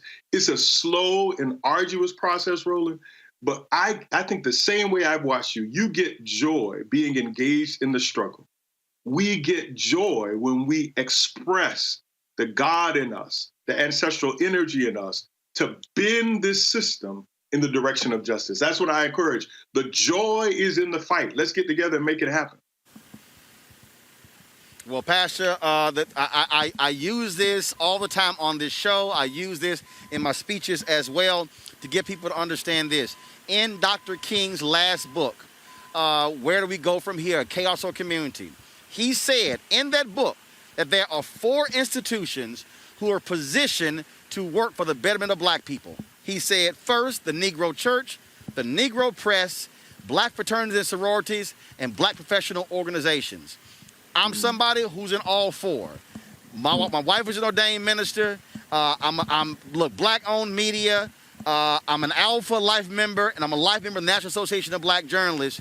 And that is what is going to require for us to use our institutional power and infrastructure to be unapologetically black in order for us to make a difference for black people and to challenge anybody, whether they are white politicians, whether they are white conservative evangelicals, or whether they are black folks who ain't doing what they supposed to do, standing up for our people. Well, let me say this. You raise a great point. So W.E.B. Du Bois, 50 years after he made the speech about the talented 10, lamented his faith in the quote-unquote talented 10. The people that you mentioned, middle-class black preachers like myself, black professionals, fraternal organizations, sororities, the media, we have often preferred, and my language is not as eloquent as Dr. Du Bois's, but an approximation of whiteness or white mimicry. We have ensconced ourselves in a middle-class respectability and have not reached out to communicate with, learn from, and build power with the black masses. I agree with you, but only to the extent that churches, professional organizations, fraternities and sororities, and the media deeply connect themselves with the needs of the black masses. Dr. Barber will tell you that more than half of black children in the United States go to bed in a situation of poverty. And so we have to break our love affair with the American capitalist trinkets of success and middle classness and connect our lives with the black masses, not just to teach, but to learn, not just to give something, but to receive something from them. The fissures and the chasm between black people who have and black people who do not have is a part of the destruction of our community. My mother grew up in segregated Macon, Georgia. My father grew up in segregated Macon, Georgia. My mother tells a story of a doctor across the street, business owners, workaday people in the same community who came together to lift one another up. Now those of us who have done well are living elsewhere. I'm not judging that, but I am judging those of us who feel like our economic and educational success allows us to graduate out of our blackness. You ought never want to graduate. You ought never matriculate out of the school of blackness. You ought to stay there and work. We ought to work together to build a better community. Well, that's why I like the one line Dr. King used by the Negro Press. He said they must maintain their militancy and not fall back toward the conservative. There's a reason why mainstream media don't want to hear my voice, because they can't handle that militancy. And so, Reverend Lamar, we're going to keep doing what we do. And that's why when you black own and you own your own platform, you ain't got to ask permission. And the reason the black church historically has been as powerful as it is, because the members have fed the pastor, have funded the pastor, and we were not dependent on somebody else controlling the voice of the pastor. And that is the only way we can move forward, when we have free, unfiltered voices speaking for our people. And Roland, I got to say this. I know too many of my colleagues who, though we are fed by the people, still act as if we are afraid, will not speak. Roland, I've been in rooms with black churches and with elected officials, and in the words of my grandfather, they're scratching their heads. They won't assert their own power. They won't put tension in the room. They feel like they must pay obeisance to those in power. Our job is to never disrespect the powerful, but to make demands and to agitate. And too many of us think that if you walk into our offices and we got pictures with Obama and the mayor, that means nothing unless you have confronted them to use the largesse of the government to make this world, this nation, our local communities more just. Too many of us want to be proximate to power, but we don't want to build and leverage power to change communities. And I've seen it work, Roland. You've seen it work. And I want to enlist more of us into this work, the work of Fannie Lou Hamer, the work of Medgar Evers. This kind of work that can make a difference in our lives. Pastor William Lamar, Metropolitan AME. Sir, I certainly appreciate it. Thank you so very much for being with us on Roland Martin Unfiltered. Roland, thank you, sir. Yes, sir. Folks, going to a commercial break. When we come back, a Wyoming congressman apologizing for insulting a black woman. No shock. He's a Republican. And also, Dionne Warwick will join us as well. That's next. Roland Martin Unfiltered, broadcasting live from Savannah State University here in Savannah, Georgia. Back in a moment. If your vote didn't matter, you wouldn't have so many people trying so hard to stop you from voting. There is some value there. But even when you talk about that people are not paying attention to your issues, I can't pay attention to your issues if I don't even know you there. And the only reason people are gonna know you there is when you show up to the polls and vote. That's when that power manifests itself. But as long as you stay home, as long as you're making excuses, then guess what? You will always experience these issues that we're experiencing today. And another thing, don't get caught up in the candidates, right? There's no such thing as a perfect candidate, but you should be going to vote for the most important person, and that is you and the one you love. You talk about you'll fight for the one you love. You're willing to die for the one you love. You need to ask yourself, are you willing to vote for the one you love? Because if you don't, there's going to be somebody's neck on yours pretty soon. We're at Mom's Kitchen in Preston, Georgia. It's a family business. I enjoy making people happy, giving them a good meal. But since COVID, we had to close our main dining room. We lost all of that business, and we used to do a lot of caterings. We can't do any of that anymore. David Perdue knew what was about to happen. He was getting classified briefings about the pandemic. But instead of him being concerned about us, he off selling stock.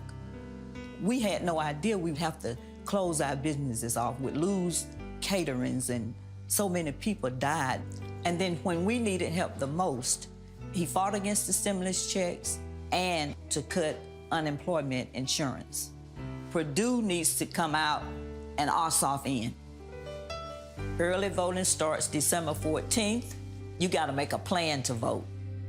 I'm John Ossoff, and I approve this message. From the day we started this campaign, we made it a priority to talk to Georgians wherever you live. Reverend Warnock, so good to see you again. Thank you so much for doing this. So excited about your campaign. Georgia needs a senator who will stand up for health care, who will stand up for Medicare, who will stand up for our children. We need leaders who will not forget who sent them there in the first place. I think he'll stand up for me. We've already voted for you. I think he'll stand up for everybody in Georgia. Augusta, Savannah, Valdosta, Columbus. They may be miles apart on a map, but the challenges we face are quite the same. We're completely behind you. Thank you so much for running. It's not about him.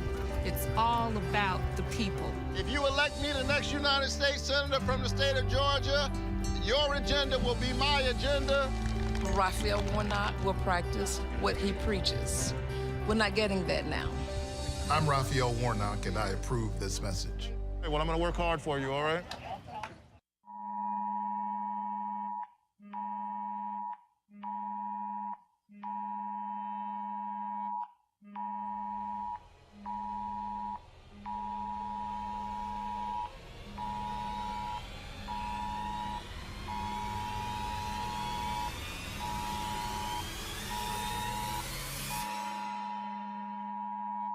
The Lincoln Project is responsible for the content of this advertising. We know what this is.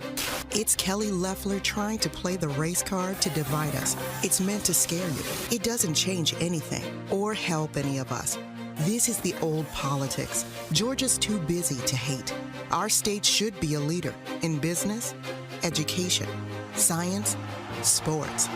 Don't let Kelly Loeffler take us back. Vote for the better Georgia. The Lincoln Project is responsible for the content of this advertising.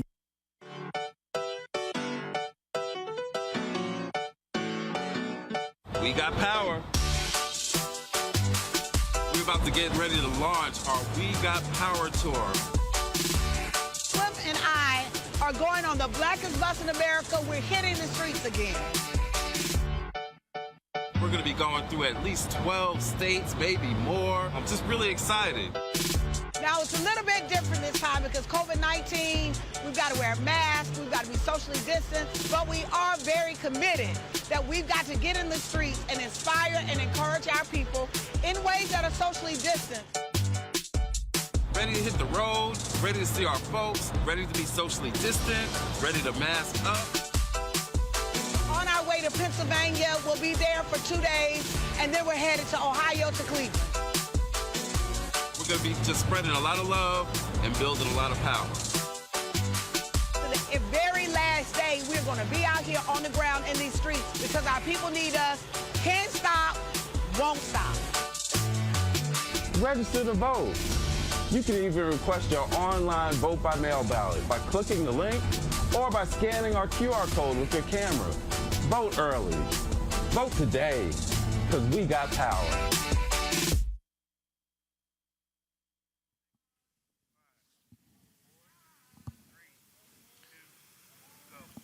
Hey, folks, the Wyoming State Legislator Cyrus Western is apologizing for tweeting a GIF of a black sheriff from the movie Blazing Saddles, played by actor Clavon Little, saying, "Where the white women at?"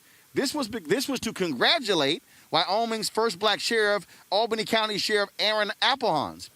Western apologized, saying, quote, "It was stupid and I wasn't really thinking. It was a reference to an old comedy satire movie where an African-American sheriff moves to a Western town and breaks down norms. That was the sentiment. There was never any kind of malice or anything, and it was only afterwards I realized it was really dumb." He called Applehans to apologize for his actions. Applehans said he told Western, "I have expectations for him, and I'm looking forward to him meeting those expectations and to be better."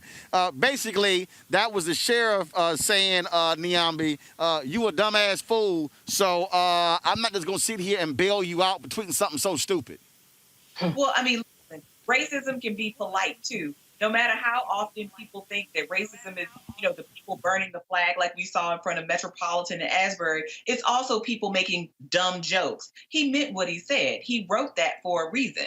Right? And this idea that black men are seeking white women, are a threat to the safety of white women or to the sanctity or the primacy, of white men in Congress with white women, I think is a really old pernicious trope that is very much present with us at all times. It is the kind of stuff that leads to black men being shot in the street. And this kind of, I thought it was funny. It wasn't funny because there was anything you could have said. How about congratulations? Welcome. That would have done too. But instead, you go for Blazing Saddles and trying to make this racist joke. And it's not funny. And he knew exactly what he was doing. He just didn't expect anybody else to say anything.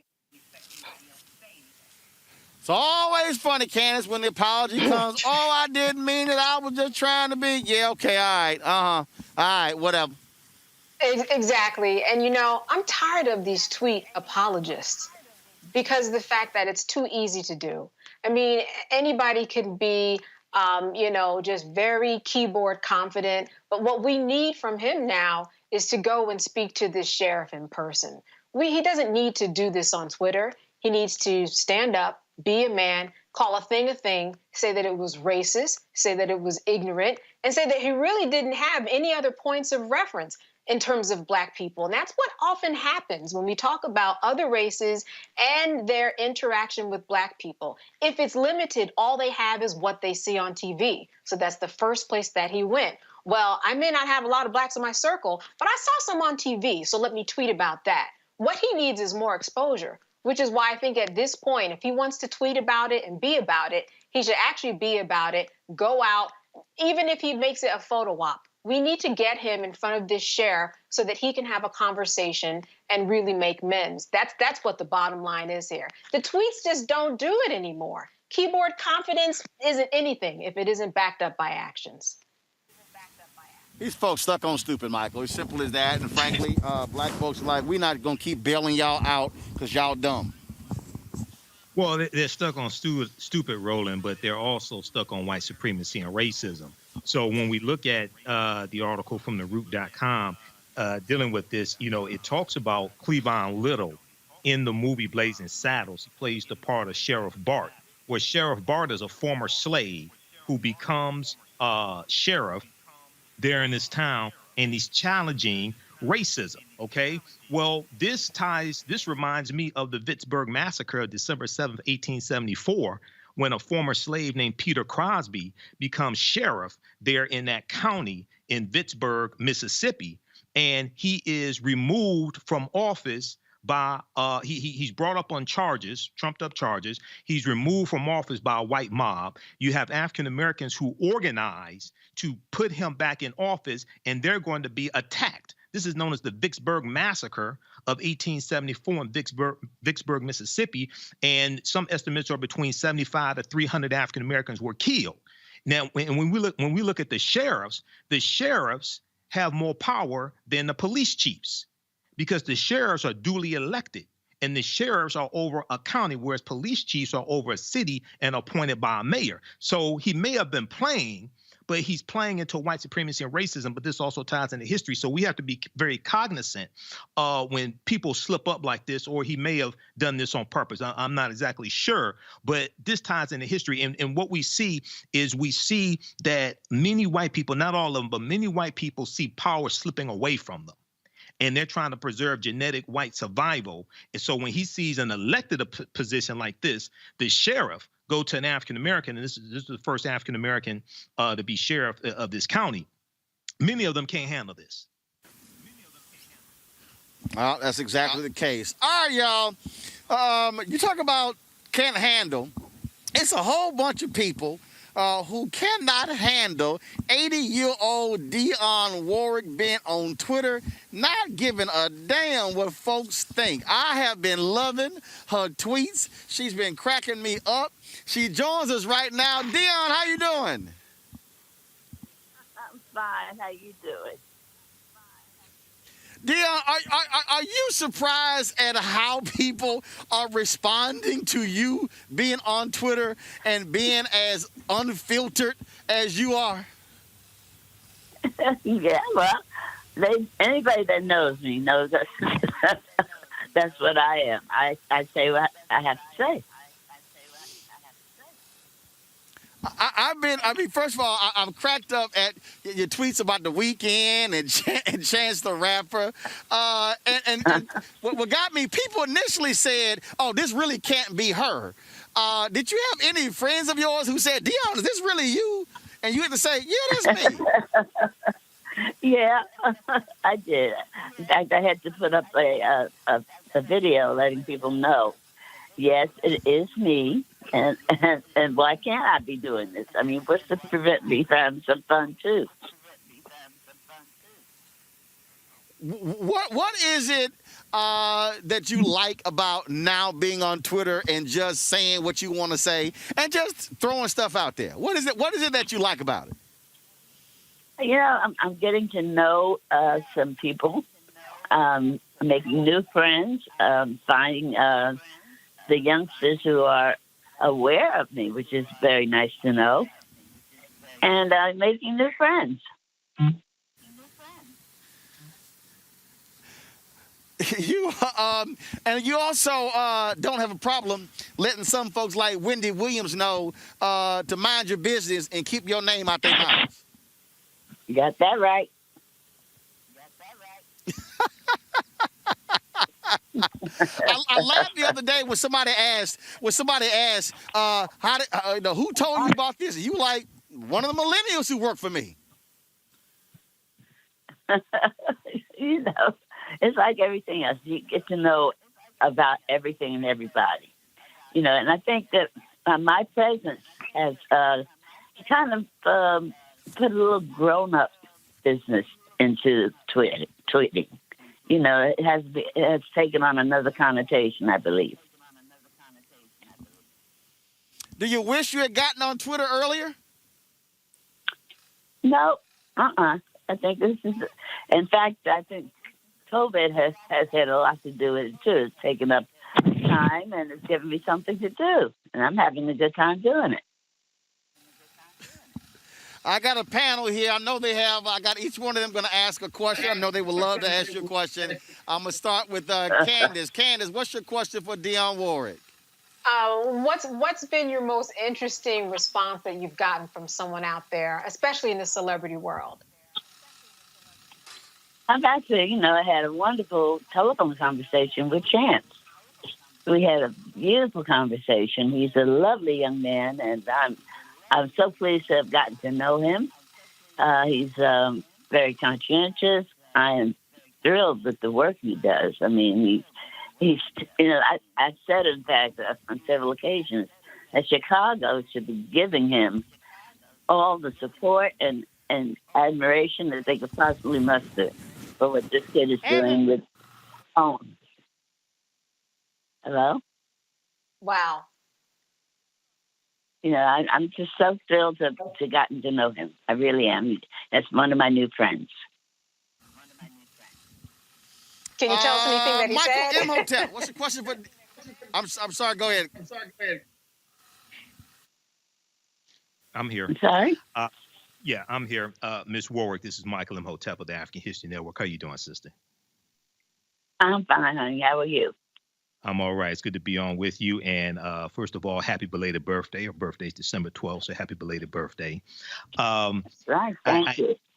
No problem. Hey, I saw an interview that D.L. Hughley did with you, and he asked the question about the music that you did. Do you know the way to San Jose? And the music that you did was different than a lot of music that African-American artists, R&B artists, things like that were doing at the time.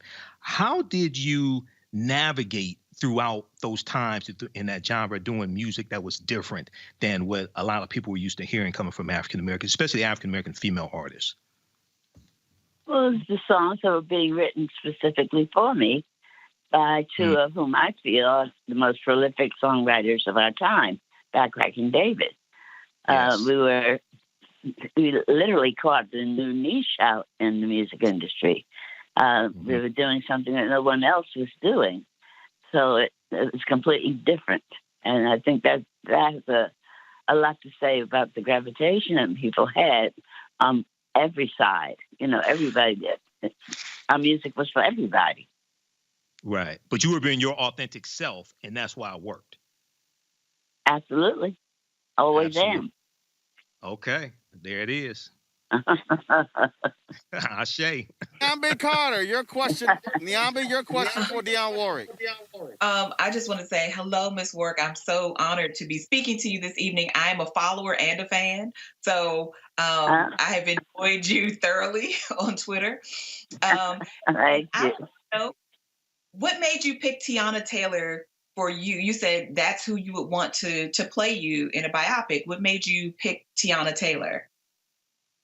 My son Damon actually saw a photograph of her and had a photograph of me in my younger years and said, "Mommy, she looks so much like you." And I said, "Really?" Because I had not seen the photograph that he saw.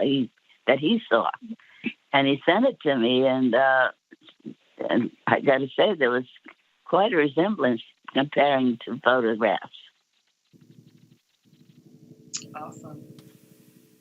Well, I'm glad you all have talked. So you got a resemblance. You got a resemblance, and she can sing. Yes, she can. Indeed, she's a brilliant. She's an actress. She sings. She's a director. She's on it. What can I tell you? Well, Dionne, so you're on Twitter. Are your millennials going to get you on Instagram Live? Why not?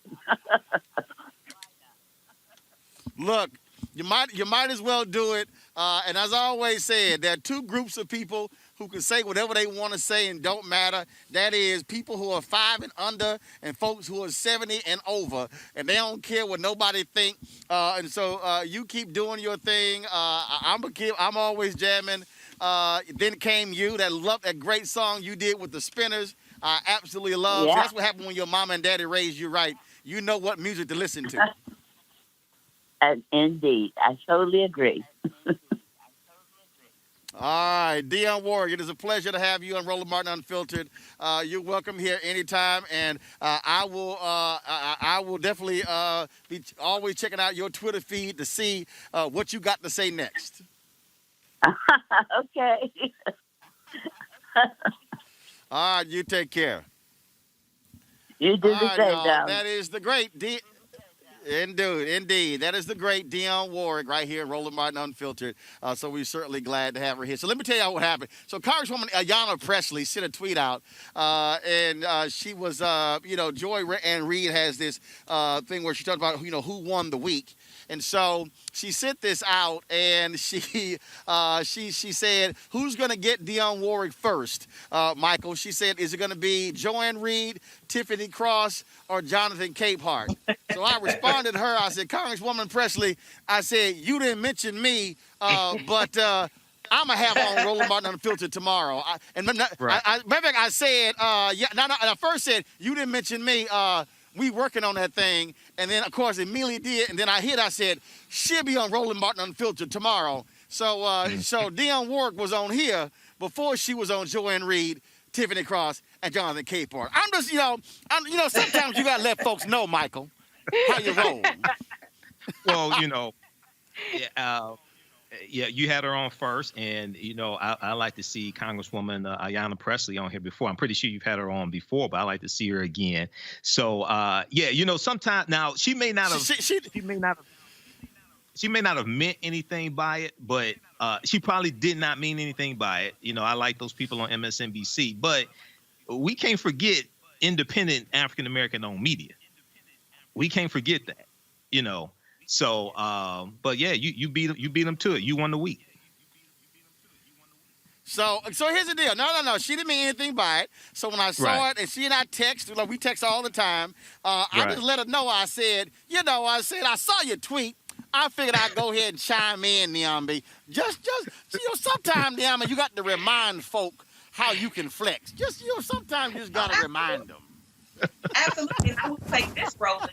A lot of those same people you put on, like a lot of people you see on MSNBC and CNN and other places, started on your shows. So it's a flex that's warranted, and I think you should say when you've done, you've outdone everybody else, and there's something to be said for Black folks knowing other Black folks, talking to other Black folks, because people do want an outlet where they can come talk and know that they will be appreciated, and know that the people on the show don't need any explanation about who they are and what they do and how they're important. They come to you because they know who you are, but they also know who your audience is and the reach that you have. And so I think it's important to remind people that a lot of these folks we see on TV every Saturday, Sunday, and throughout the week started on some of your shows. Oh, that is very true. So Candace is always great when folks like Dionne Warwick, they always respond. I mean, literally, we had her on the show a few weeks ago when they had the COVID relief benefit. And in fact, my frat brother Brandon Neal reached out to me, and the folks at Bowie State wanted a video. I think Dionne Warwick had done something with him for graduation. He said, hey, Dionne want to know, can you record a video to the graduate? And I was like, sure. I mean, look, I ain't crazy. Mom and Daddy raised you right. If Dionne Warwick call you and say, I would like for you to do something, I mean, you don't sit here and go, well, let me think about it. Right, that's right. And it's all full circle too. I mean, she has a place where she can come on at any time, as you said, and that's really important, especially in the Black community, like Michael said. I mean, when we think back in the 60s and 70s, Black folks has had their own shows that were popular, and the first shows that were that were coming out of people's mouths. So with the same token, you have to brag a little bit about what you're doing so that people know what you're doing, because nobody else is going to brag about you but yourself first, and you have to let people know that you are out there. And it also just shows how important these outlets are, and we have to be a part of the conversation. So I understand why you were just saying what you were saying a little bit and say, hey, you know what, check me out, because it's important, because now more people will check you out. Absolutely. So, look, we want to thank all of you folks. We are here at Savannah State University. Literally, the football stadium is just to my left, to your right. Of course, the folks at Black Voters Matter, they had their Get Out the Vote rally. They've been having all of these socially distanced rallies taking place all over the state in parking lots that allow people to stay in their cars, for them to be able to spread out. And so we've been covering them. Like I said, last Saturday, we were in Macon, Georgia with them. We were in Columbus, Georgia on Sunday. This week alone, we were at the Warnock-Ossoff rally that took place in the parking lot at Turner Field on Monday. Then on Tuesday, President-elect Joe Biden was here. We covered that rally as well. We were on the campaign trail with Warnock and Ossoff on the first day of early voting. We were with Warnock just the other day yesterday when he had a couple of campaign stops. We, of course, broadcast last night from Slutty Vegan in Jonesboro, Georgia. And now, of course, we're in Savannah, Georgia. Tomorrow, we're going to be broadcasting from Clayton County. We're going to have a camera crew broadcasting that event from Clayton County. I will be speaking as a guest speaker in Athens, Georgia. If y'all are in Athens, Georgia, or you got family there, tell them we want them to come out to our event tomorrow, taking place at 2 p.m. It's a Get Out the Vote effort. I'm going to be speaking there as well. It's in partnership with a number of different groups, including the NAACP. That's taking place on tomorrow. Then on Sunday, we'll be live streaming another event taking place to encourage folks to early vote on Sunday. This is all about our effort with Roland Martin Unfiltered to be on the ground. Look, we could have easily sat in our offices there in Washington, D.C., nice and comfy. I'm sitting out here I had to put the thick coat on, multiple layers, and the boots, the insulated boots, and the thick gloves. It is cold out here tonight, but we felt it was important to bring this kind of information to our audience. That's why Black-owned media matters, because we don't have to ask somebody else permission. Can we do this? It's about, as the first Black newspaper said, Freedom's Journal, in March 16th, 1827, they wrote this in their lead editorial: "We wish to plead our own cause. Too long have others spoken for us." This is about us being able to speak for ourselves. There was one media outlet, local media outlet. She left before Keke Palmer and Colin were here, and so we want to be able to bring their words to you. That's why we're here. We're going to be on the ground in Georgia all the way through the January 5th runoff date. And so, again, encouraging folks to support Jon Ossoff, Raphael Warnock, as they go against Kelly Loeffler and David Perdue. And so we got lots of things that we have going on. And so we thank you for your support. Those of you who have joined our Bring the Funk fan club, I said this on yesterday, day before that, and I do mean it. Our fan base has contributed more than $500,000 in 2020 to make this possible. That's how we've been able to get the advanced live streaming equipment, to increase our capability, to be able to hire additional staff, for us to be able to produce a much better show. That's what this is all about. And so we want to thank, we're almost at 20,000, folks. We're almost at 20,000. And so our goal is by December 30th, by the end of the year, December 31st, to have 20,000 folks contribute to our show. Well, we simply ask $50 each. Some people have given less, some people have given more. Every dollar is cool with us. And of course, that's $4.19 a month, 13 cents a day. What this means is, this means that we don't have to depend on corporate advertising or corporate dollars. We don't have to depend upon the Lord Jesus. I don't have Black billionaires or hell, white billionaires funding our operation like other people. I don't have Black millionaires. This is a show that is for the people. And I'm telling y'all, it has been those donations of $20, $10, $4, $5, $1 that have provided fuel. The first check we got was from a 92-year-old Black woman in Long Island, New York, in January of 2018, who said, "I watch you on TV One. My daughter follows you on social media because she plays golf, and so do you. And she told me about this digital show that you're launching. This sister said, your voice matters, and that's why I want to support you." And she said, enclosed is a $500 check. Y'all, I was blown away when this sister actually sent that check. I was totally blown away, and I just said, wow, this is unbelievable. And so that's why we created it. And the thing about it is here, our fan base, look, we can't afford to send out hats and shirts and all stuff along those lines to 20,000 people. Our fans said, we just want to make this happen. I've gotten letters. I don't have it with me, but a brother sent me a letter the other day, and he said he was in tears because he always wanted a Black new show to support, and he was happy to support our show. And so we thank all of you for doing that. It absolutely matters to make it possible. We thank our panelists, again, Candace, Nyambi, and Michael as well for being with us, our panelists all throughout the week. And so it's just, look, our staff, the things that we're trying to build here, folks, is something that allows us to be able to take this thing to a whole new level. Look, there's CNN, there's MSNBC, there's Fox News, there's ABC, NBC, CBS, and there's no disrespect to any of the people who work there, because we need African Americans working in mainstream media, but they have to ask somebody else permission. Can I? We don't. We don't have to ask permission. We can just do it. We don't have to sit here and say, can we broadcast from here? We simply do it. That's why this matters. I'm a student of our business. I've studied Frederick Douglass and the North Star. I've studied Ida B. Wells Barnett. I've studied Robert Abbott and the Chicago Defender. I've studied A.I. Scott and the Atlanta Daily World. I've studied Claude Burnett and the Associated Negro Press. I've studied, of course, John H. Johnson and Lerone Bennett and Chuck Stone and, of course, and Ethel Payne and Alice Dunnigan, all of these pioneers of the black press, Vernon Jarrett and others. The reason that black people are here is because we had a black press that was unapologetic in covering our issues. We will not be able to survive in the 21st century if we are simply focused on entertainment and gossip and hoping mainstream media covers us. So I ask you to support us, join our fan club, Cash App, $RM Unfiltered, PayPal.me/R Martin Unfiltered, Venmo.com/RM Unfiltered. Zelle is at RolandSMartin.com.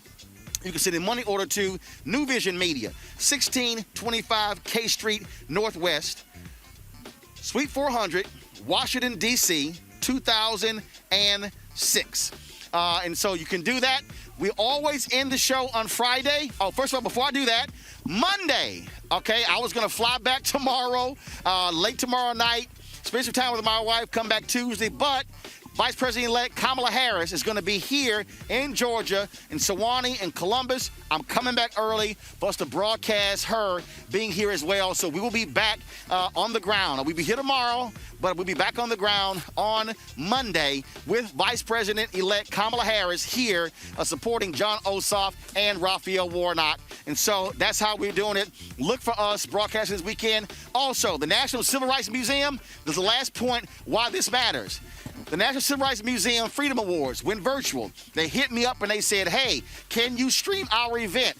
After this show, we will stream the virtual awards, the National Civil Rights Museum's Freedom Awards. Also this weekend, we'll be streaming the National Association of Black Journalists 45th anniversary with our founders as well. And so we look forward to that.